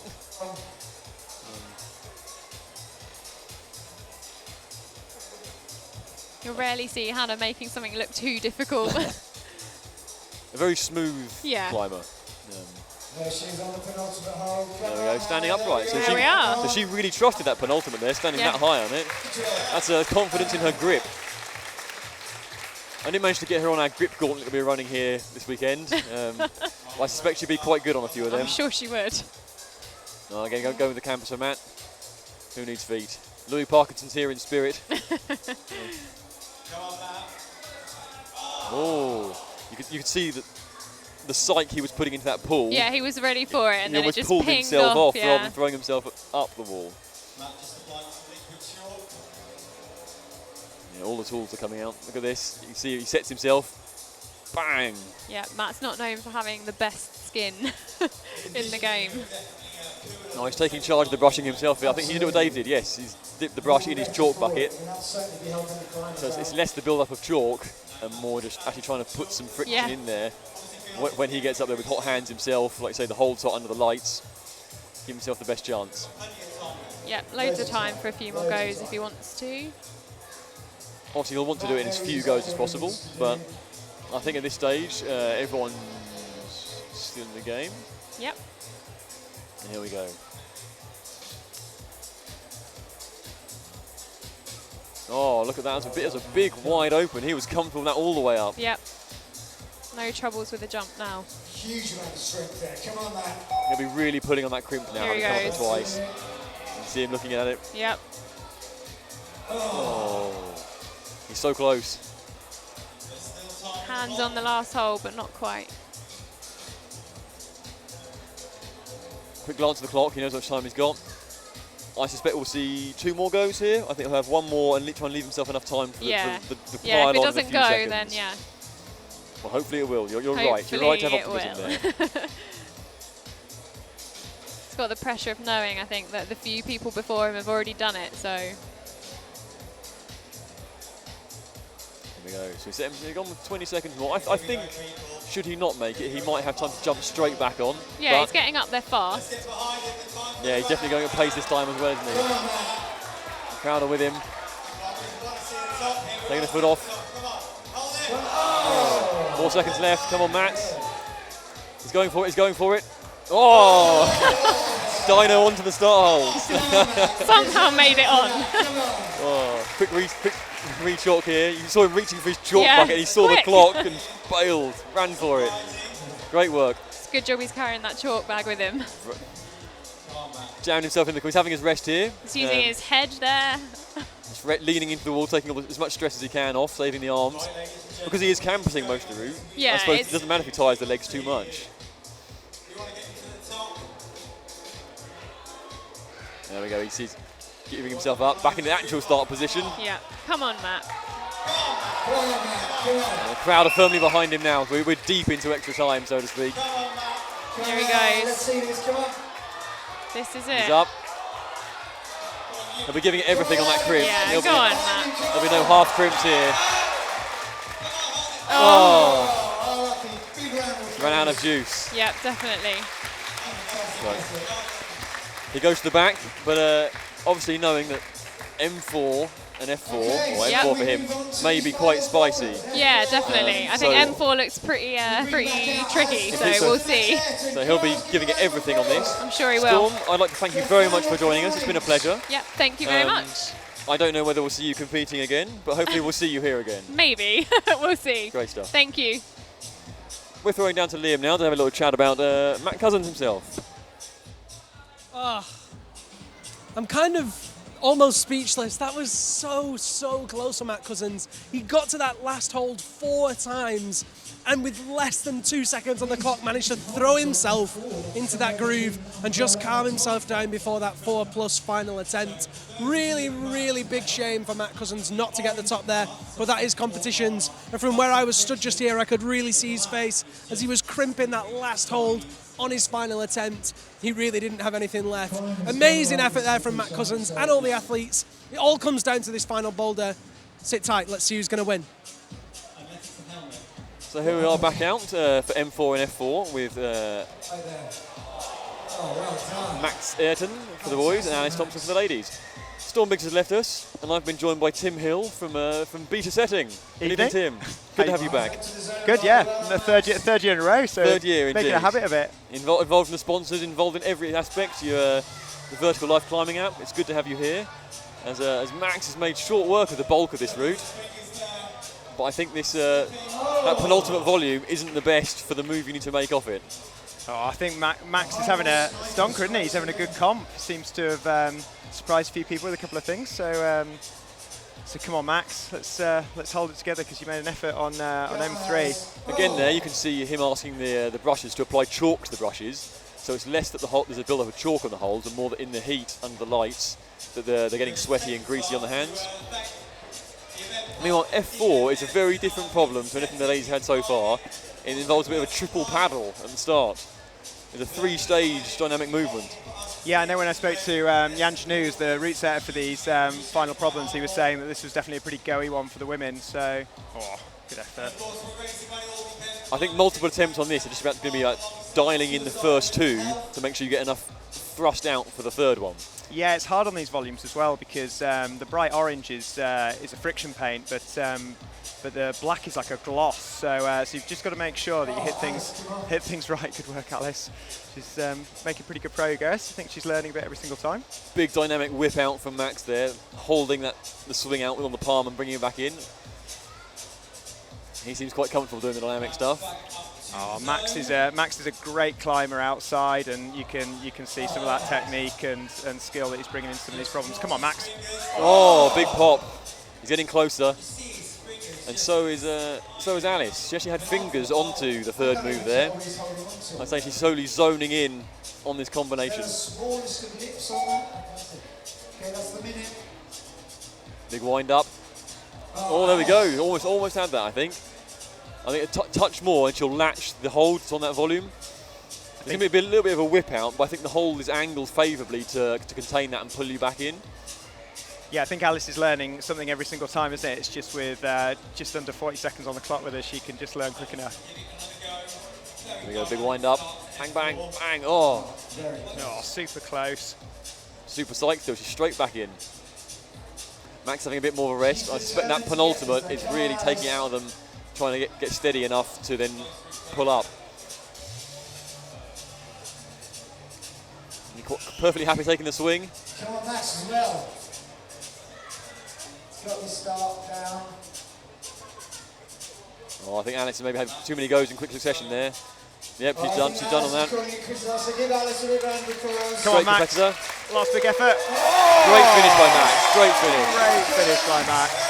Adjusted his beta there, didn't try and match the penultimate. He kept one hand low, give himself, I think, a better body position to wind up from underneath the top hold rather than trying to go around it from the side. Yeah, I think Max has probably seems a little bit of an underdog with some of the other guys that are here, but I mean, it's been a great performance for him this final. He's definitely deserves like a big round of performance from all the crowds. Great. So next out, Zoe Petermans and Ty Tewksbury. I think I had a word with Max afterwards, because as I mentioned earlier, before the competition I was trying to G him up and say that because he came 6th last year, the only way is up from here. And he's being very, very coy and saying, oh, I could come 6th again and this sort of thing. And yeah, I think he's had a riot of a time here, smiling the whole way through, laughing. Yeah, Max is definitely a pretty understated guy, but you know, he's a super good comp climber and he's a super good UK route setter as well. So he knows this scene better than anybody, and he knows what the deal was tonight, and he's done really well. Oh, I think Zoe trying to potentially stop on one of the first two volumes there, which I think would be an impressive feat, as you said, given the angle of them and the fact you've only got partial grip. Your thumb gets nothing on that gloss. Yeah, it's brilliant seeing Zoe and Ty. I mean, they're definitely almost like another young generation coming in. I mean, these two are both teenagers, and are holding it with sort of like the main crowd. It's brilliant. It's interesting to say another young generation because Max is not exactly old. Yeah, I know. It's funny, like like Max and Jen and Nathan. They sort of seem like a young generation even to me, and there seems to be like another line coming straight under them. This is not to mention some of the competitors we had in the semis who didn't quite make it through to the finals. We had like Tommy Matthews, Orin Coley. Again, neither of them are very old.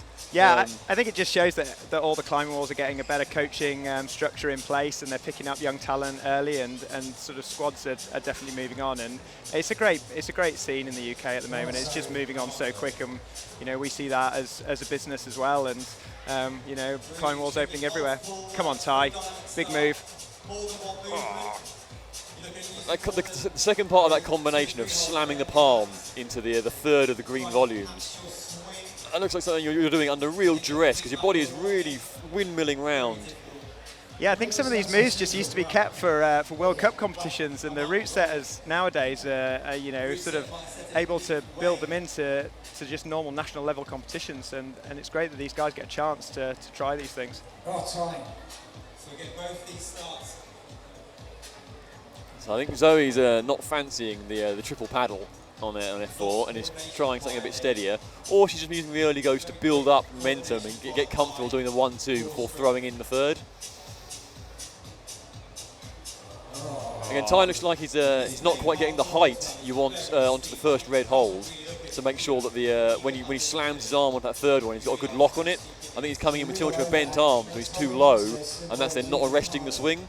Yeah, I think he's definitely figured out what he's got to do, but he probably just doesn't get that much of a chance to practice these types of moves in your average climbing wall. So he's doing well to learn quick. Obviously, for any highball regulars watching out there, these problems will be up for a couple of weeks after this event. So you can try and practice this wonderful looking move if you're that way inclined. If you are that way inclined, you might want to seek help. Yeah, I'm not sure my shoulders would want to try and practice that move. But he's still plenty game. Getting back in as soon as he can. Zoe is now taking a radically different approach, pressing into the roof. So she's going to persist with trying to come through slowly. Oh, wonderful alpine knee there. I think I prefer that to a drop knee, so we'll take it. But I think it's not going to work for her. She's going to have to return on the last couple of attempts to really giving it all the beans and going 1, 2, 3 across. Yeah, so his arms are looking a little bit tired, aren't they? So she's yeah, I think she's not fancying it, I don't think. She's called it a day there, fair enough. I'd say that wasn't her style of route by the way she was going at it. Problem, I'm sorry folks at home, I've got to stop calling these brutes, they're problems. She did a great job on F2, and that was a pretty big roof. And to have the stamina to keep going into several other problems after that, I mean, you've got to be on top of your game. This is actually, F4 is actually a shallower dyno than it was on F2, but I think the fact the holds on F2 are much more generous.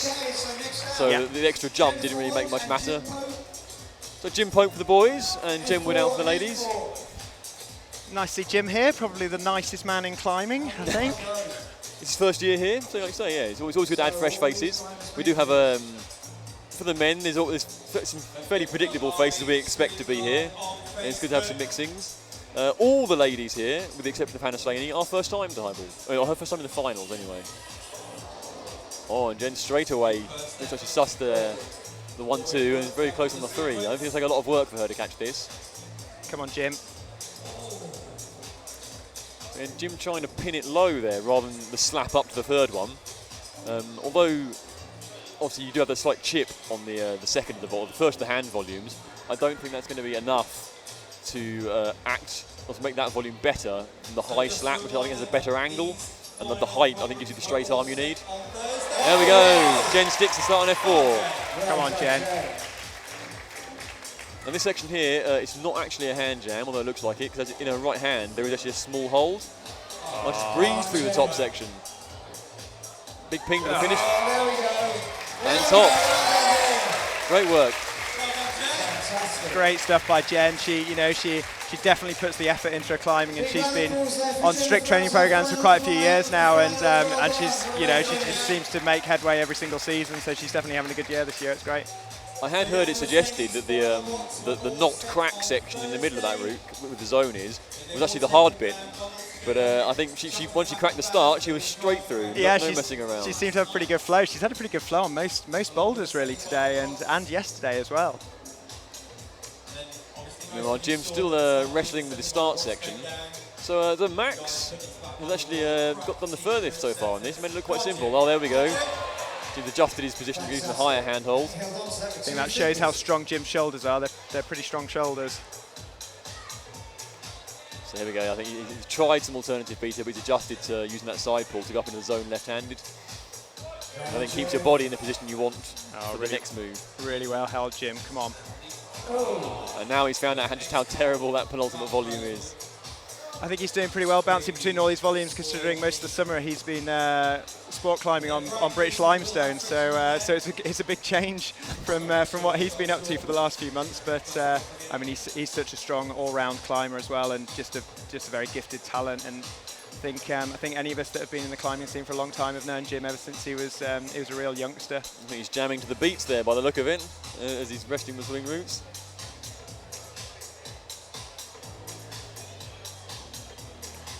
He's definitely concentrating. It's quite unusual to see him without a smile on his face. I think he's realised that once he gets to the start, there's still quite a lot of work to do. So you come at that, like I say, that big burly shoulder slam at the start, and then you've got to really concentrate through that penultimate hold. The beep goes for 1 minute left. The brushers still doing their jobs, getting in, trying to keep things as fresh as possible. All the brushers here are local volunteers. And all using Beta Climb design brushes, so couldn't be more perfect. Win all round, yeah.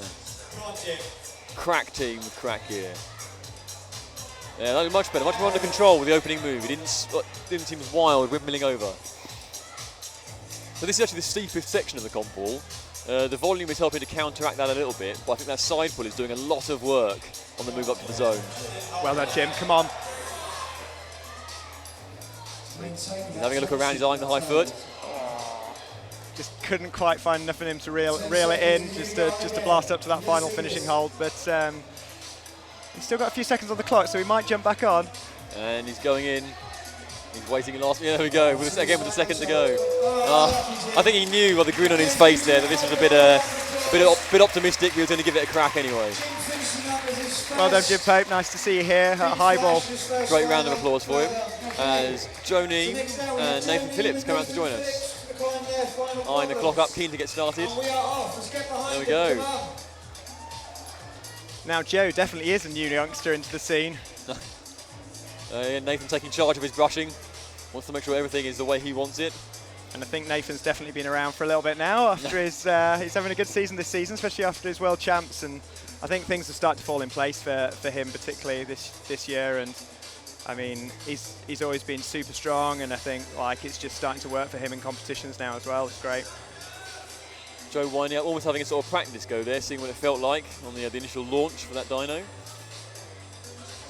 Cranks in. Make sure he taps his foot on there for the start, for the 2 tags on the left volume. Oh, not a problem for the start. Great stuff from Nathan. I think he knew what he was doing straight away, actually. He's back down. I was taking a different approach, but I think he's back down to that, realising it might be a bit of on a hiding to nothing, going straight to the zone. If there are holds there, they're probably there for a reason. And a setting team like the one we've got here for this event, they're gonna know all the devious tricks, aren't they? They're a sly bunch. Yeah, they're a good bunch. It's some of the 4 of them are probably some of the best route setters in the country, and it's great having that lineup for this competition. Makes a big difference. Come on, Nathan. Oh, nice use of foot there, sandwiching a toe between the high foot. Oh, it's close. Oh, he's annoyed with himself there. I think he knew that he just needs to get himself set a little bit better, but he's got plenty of time on the clock, so I think he'll just have a bit of a rest for a second. And he's pretty experienced nowadays. He understands what he's doing. I'm not going to claim to be Charles Xavier, but I think he might have been annoyed there about keeping the toe on. So he almost looked like when he jumped, he almost bailed out of the finish before he got there. I suspect that keeping the toe hook in a bit rather than releasing it after he got the high foot may have pinned him back in place. Yeah, I think you're right. I think he sort of just misread a couple of moves early on, and it probably meant by the time he got to that final setup move, he was just a little bit tighter than he wanted to be. So get everything brushed, have another little bit of a rest, and hopefully we'll see a top from Nathan. Jo appears to be encountering similar problems to Zoe, or taking a similar approach to Zoe, in that she doesn't seem to fancy the 1, 2, 3 triple paddle. She's now shifted to it. Again, I'm being made to eat my words tonight by a lot of these climbers. For quite a few attempts, she's tried to match the first one of those double stack volumes. But I really don't think the angle, combined with the way the wall sort of folds in and overhangs, is going to make that possible. I think you need to have some serious grip strength and a very gentle dyno to have any hope of holding that statically. Yeah, I think it sort of just needs pure arm power, doesn't it? And all these girls are doing amazingly well, and they're still, pretty young really into the scene. And I think you can just see that some of the slightly older women, they've just had time to build that power and just had time to get that muscle endurance up a little bit more, so they've got a bit more spring in their arms. But people like Jo, I'm sure it's within their reach very soon. Here we go, Nathan's set back up again. Yep. He knows what he's doing this time. I suspect we're going to see a slightly different approach if he gets set up on that penultimate hold. I think he's going to use the toe to get into position. I think he's already switched to a heel. Come on, Nathan. Eyeing up from low, he's going for the foot. Oh, fingertips. A great catch. He's pleased with that as well. I don't think he actually got into the back of that hold, but he got enough over the top. No, he doesn't need much, does he? And he definitely wasn't letting go. So, good work by Nathan. 10 seconds left for Jo. Is she going to have a go? Or is she? I think she feels that she can't get through the 1, 2, 3. But again, great competitor. Good to have her here. And all credit to her coming out on a big stage with a big crowd here and some cameras around her, and just performed brilliantly. So Ida Remska and Dave Barron return to the wall. Both in pursuit of those ahead of them. I suspect Ida might be all right on this. Yeah, I think so. I don't know much about Ida. I know that she's sort of appeared on the scene after sort of moving from abroad and is now up in Edinburgh University. And I think there's definitely a lot of respect from the other girls in the comp scene for her. I think when you say appeared on the scene, I think tearing up the university circuit is a fair assessment. Yeah, I think that's probably about right. Hey, Mr. Experienced himself, Dave Barron, steps on the wall. Oh, there you go, straight through. Quick re-chalk. Again, I'm not sure whether these green volumes are mega sandpapery. So I don't know if that means that any contact with them is sort of stripping all the chalk and top layers skin off. But it's not perturbing Dave at all. No, Dave seems pretty set. Can he just get sorted for this final move? He's on with the toe again. Come on, Dave. Here? Oh, another bob. Oh, look at that. He feels comfortable. Great performance by Dave. That's a really good effort to come out and flash that. So good, in fact. We're going to return to Liam at wallside and see what he thinks. So Dave Barron's just topped that boulder number 4. He flashed it, which I believe, if my calculations are correct, puts him tied with Nathan Phillips. We'll have to check on that result. We'll go to countbacks if that is the case. Matt Cousins will have been on the edge of his seat for a moment, because if Nathan and Dave hadn't have topped, Matt could theoretically still have won. In the women's competition, Ida Rimska is currently climbing. She still is in with a chance of winning. It's so tight in the women's comp. Ida, Hannah and Jen all very close at the moment. Jen sits in first place, and it's up to Ida and Hannah to try and beat that pressure and to come up with their goods and see if their scores go to countbacks. We need to keep our eye on the scores for that one. Quick maths, Ida cannot win now. She can come second depending on what Hannah does, but basically a podium place almost guaranteed for Ida Rimska. All the action's unfolding. Don't want to keep you guys too long, but know this rather. I will have an interview with the winners, which is almost certainly going to be Nathan Phillips and one of the other girls at the end of the competition, so do stay tuned for that. Back in, we've still got a minute and a half left as Ida, there we go, sticks the triple paddle. Brilliant stuff by Ida. Oh, taking a different approach to this section though, going heel up on the right. I suspect she may have a little fondle then turn herself back around. Oh no, just cranks through with some massive shoulder strength. Oh, it's great. Super strong in the shoulders with Ida. I think Here from we here go. it's all over. Great work, great work. Great top. Oh, she's pleased. Again, for the second time, once the start was cracked, the competitor just flew through the top half. Yeah, Ida just looked totally solid, didn't she? She sort of figured out what she was doing and a great top. I also noticed that I may well have been pronouncing her surname wrong all evening. I'm going to trust that Liam Lonsdale, being more experienced than he is getting it right, so I'll apologise to Ida myself later, but bear with me folks at home. Hannah Slaney and Matt Cousins are back out now. Our final competitors and our final problems. So, as I said, these are the last 2 climbers. What do you think? 2 tops? Oh, it's got to be, isn't it? I mean, Hannah's just been climbing so well, and you know she's a junior world champs winner, and she's been sort of out and about on the comp circuit a lot in the UK. So yeah, I think let's see how she goes. She's definitely on good form at the moment. Oh, slightly different there. Tried to match the first of the double stacks and go straight to the third one. Although I did literally have a conversation with Storm earlier saying that quality will overcome physical differences. Hannah is also reasonably tall, so she won't want to have to stretch or jump up quite as high for this opening move and just rely on the coordination going through the double stack. Yeah, Hannah's definitely super strong on crimps and like general walls as well, and this is definitely not that. But she seemed to have a pretty good blast then. So let's see how we go. Matt himself's having a pretty good blast. Yeah, Matt looks like he's comfortably, absolutely flying. Come on, Matt Cousins. Oh, also good. So this is going to come down to attempts, I suspect, and possibly even zones for the men. Some great success from the primary competitors. Yeah, that didn't take Matt Cousins very long at all, but that's definitely his bag. He definitely likes all the circus acts and sort of performing problems that just suits him. Hannah will need this to be in the running for first place. She's got plenty of time left. I'm going to stick with my early prediction that I think she'll get this. Okay, so it's our final climber on the wall, Hannah Slaney. Come on, let's get behind Hannah. Oh! You're dialing in and getting closer as Matt scuttled across the mat, not so subtly there. Yeah, I think she was a little bit surprised to come off actually. I think what we saw with Alice at the start is, although the hold's there, I think you can still hit that hold in a way in which you don't actually get much off it, and that when the body swings out, it doesn't put the brakes on quite the way you'd like. Yeah, that time she actually missed the hold itself and went high on the volume.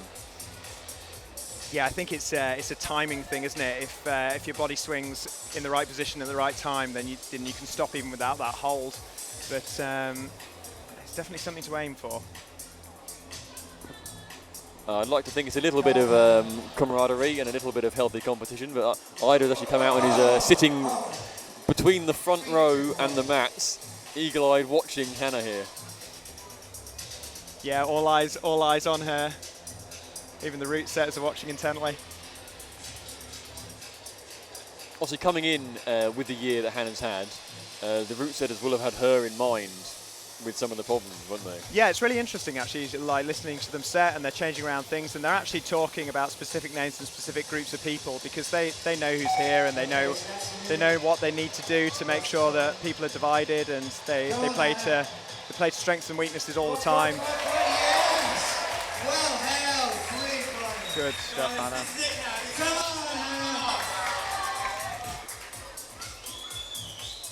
So Hannah demolished out with a bit of unique beater, and now she's eyeing the top up. Easy top. Let's go down to Liam at wallside. Give Hannah a great big round of applause. A final climber of the Big Flash. And so we've pretty much got our results confirmed now. I actually made a mistake before. Dave Barons will be the winner. Joint first place with Nathan Phillips, but on countbacks is in first place. Matt Cousins taking the bronze here. He goes with third place. Hannah Slaney just topped out on boulder number 4. She's going to sit in third behind Ida Riemschka in second. And of course, Jen Wood from Manchester in first. The judges are going to check over those scores before they become official, but that's how it looks now. I have to say that was a thrilling final, especially in the women's competition, coming right up to the wire. The route setters with a blinding boulder to split up that field in the very much the nick of time. Giles is going to keep talking in just a second. We're going to get the podiums. I'm going to grab the winners for an interview. Don't go anywhere. Right, so that's all the climbing over. We'll have the presentation ceremony coming up with all the competitors and probably the top three, see who came first, second, third. I can spoil the ceremony for you here and say that for the ladies, Hannah Slaney came third, with Ida, I'm not going to ruin her surname anymore, in second, and Jen Wood takes top spot. All three of them having completed all 4 problems, it came down to a number of attempts, I believe. So they'll be chuffed. Oh, I imagine Jen will be chuffed at least. Hey, Jen will be super chuffed. Yeah, she worked really hard to sort of get these wins to get to the position that she is, and I hope sort of continues for her for the rest of the season, really. Well, the men's results due in just a second.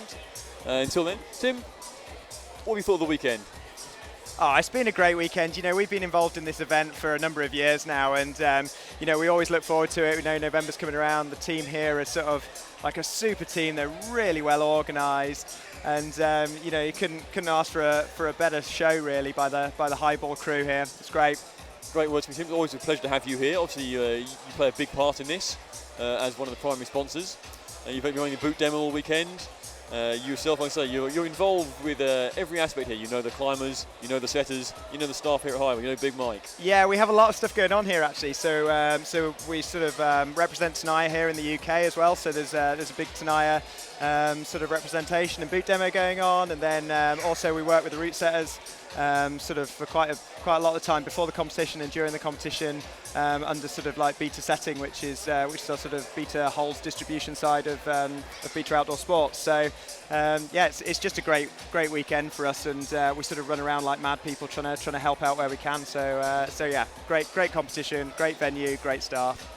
Great stuff. I can tell you for the men, it's business as usual in the top 3 with Cousins, Phillips and Barons all being there. Matt Cousins hasn't broken his bogey and remains third place man this year. Nathan Phillips second, and Big Dave Barons in first for his second in 5. Yeah, continuing the team. No one not named Nathan Phillips or Dave Barons has won this for the boys. And here come the winners. They're just going to do a quick interview with Liam. There's Dave and Jen, and we're going to cut down to Liam to have a chat with them. We'll be doing that, then the raffle, then the big throwout.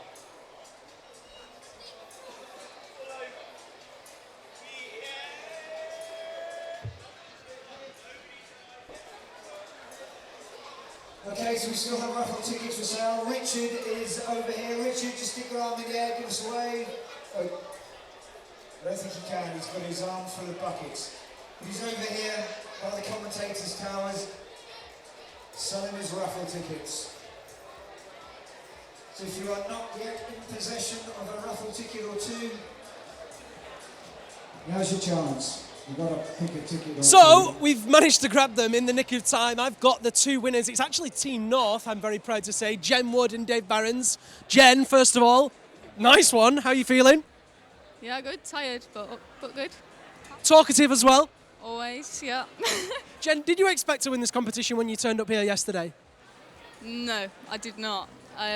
I tried hard though. Thought I had a chance. Didn't rule it out. But yeah, happy to win. And it really came down to the wire for you. You girls were tied all the way up to the last boulder. Did you know that? Did you know what was going on? Yeah, it was pretty tense. Like, especially the third one. Like, didn't want to slip or anything. But I knew the last one would rack up attempts. So, yeah, that was cool. Well, congratulations. Dave the Don Barons, they've been calling you Sir Dave all weekend. You finally got a win. How does it feel? Oh, it's great. I've won once here before, but Nace had a pretty good hold on this comp for a while, so yeah, it's great. It's always a great fight with him and Matt. I'm kind of gutted for him on the third one, but yeah, it's great climbing with those guys, and we love it. Well, you certainly climbed very well. What does this kind of mean for you, you know, beating those boys? They've been pretty dominant over the past couple of years between Matt and Nathan in the British Champs and the local comps, and after you'd been so dominant, is this the return of the Barons? It's always a return of the Barons. You've got to keep them honest, haven't you? So yeah, we'd keep knocking at the door then. I'm fit and strong at the minute, so it's good. Yeah, I'm happy. Well, we're certainly very excited to see you back on top form and hopefully see more of that.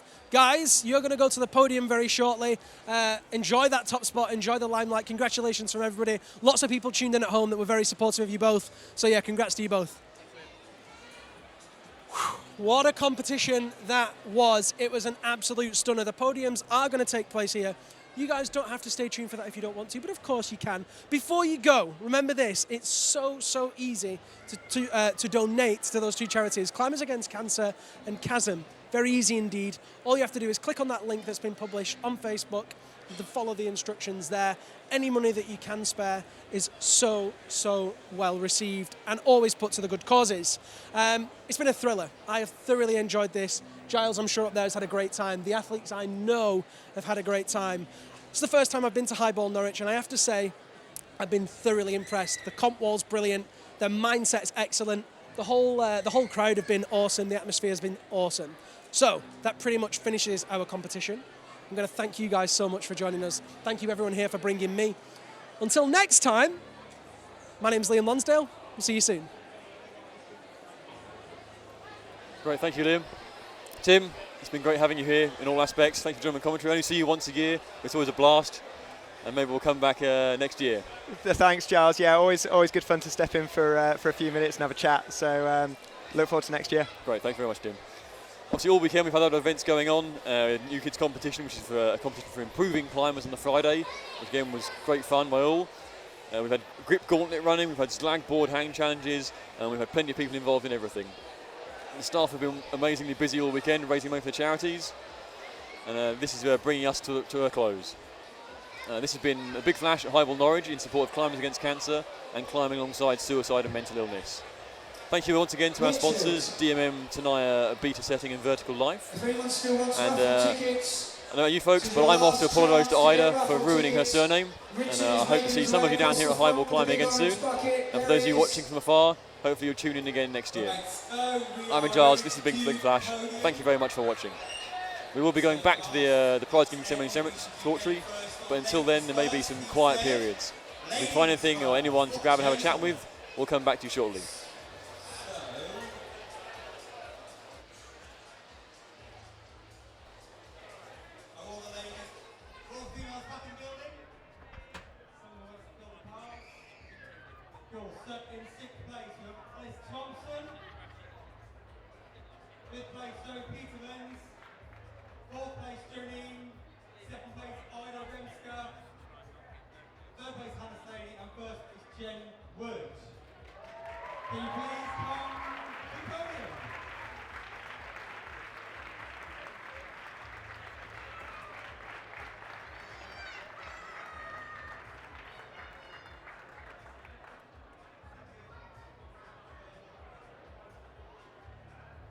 Where are the other three as well?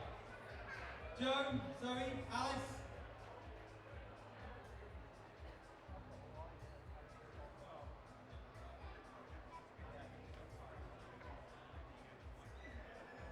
Ladies and gentlemen, your female finalists.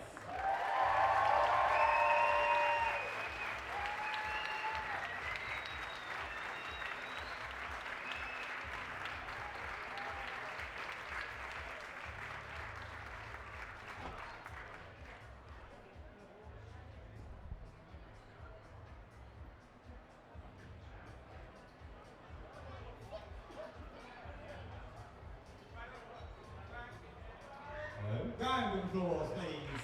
Thank you.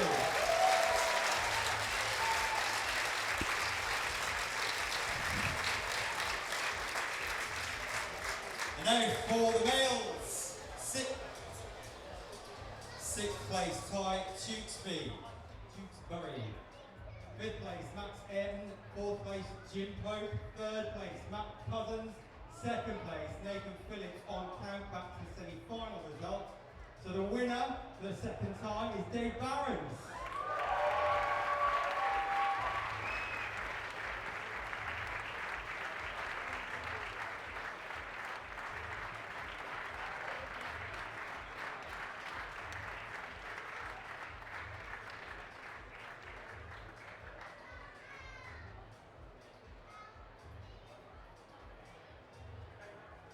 Ladies and gentlemen, your male finalists.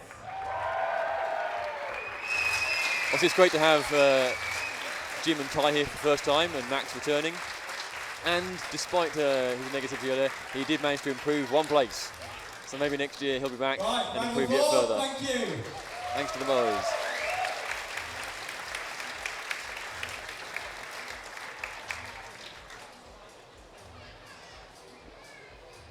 Right, so I think that's going to bring the live stream to an end, which means I can relax a bit and we can get on with the raffle. So first of all, can we have the raffle prizes, please?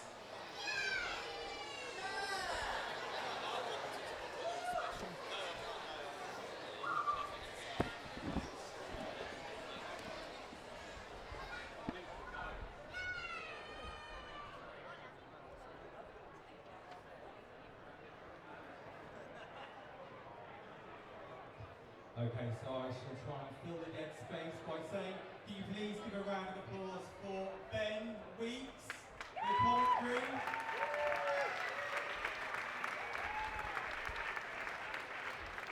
He was going to be helped by Ben Hisco, but we had a bit of a terror moment before the start and the time went wrong, and Ben was a bit twitchy after that, so he thought it best not to get on the microphone, because he hadn't had enough beer.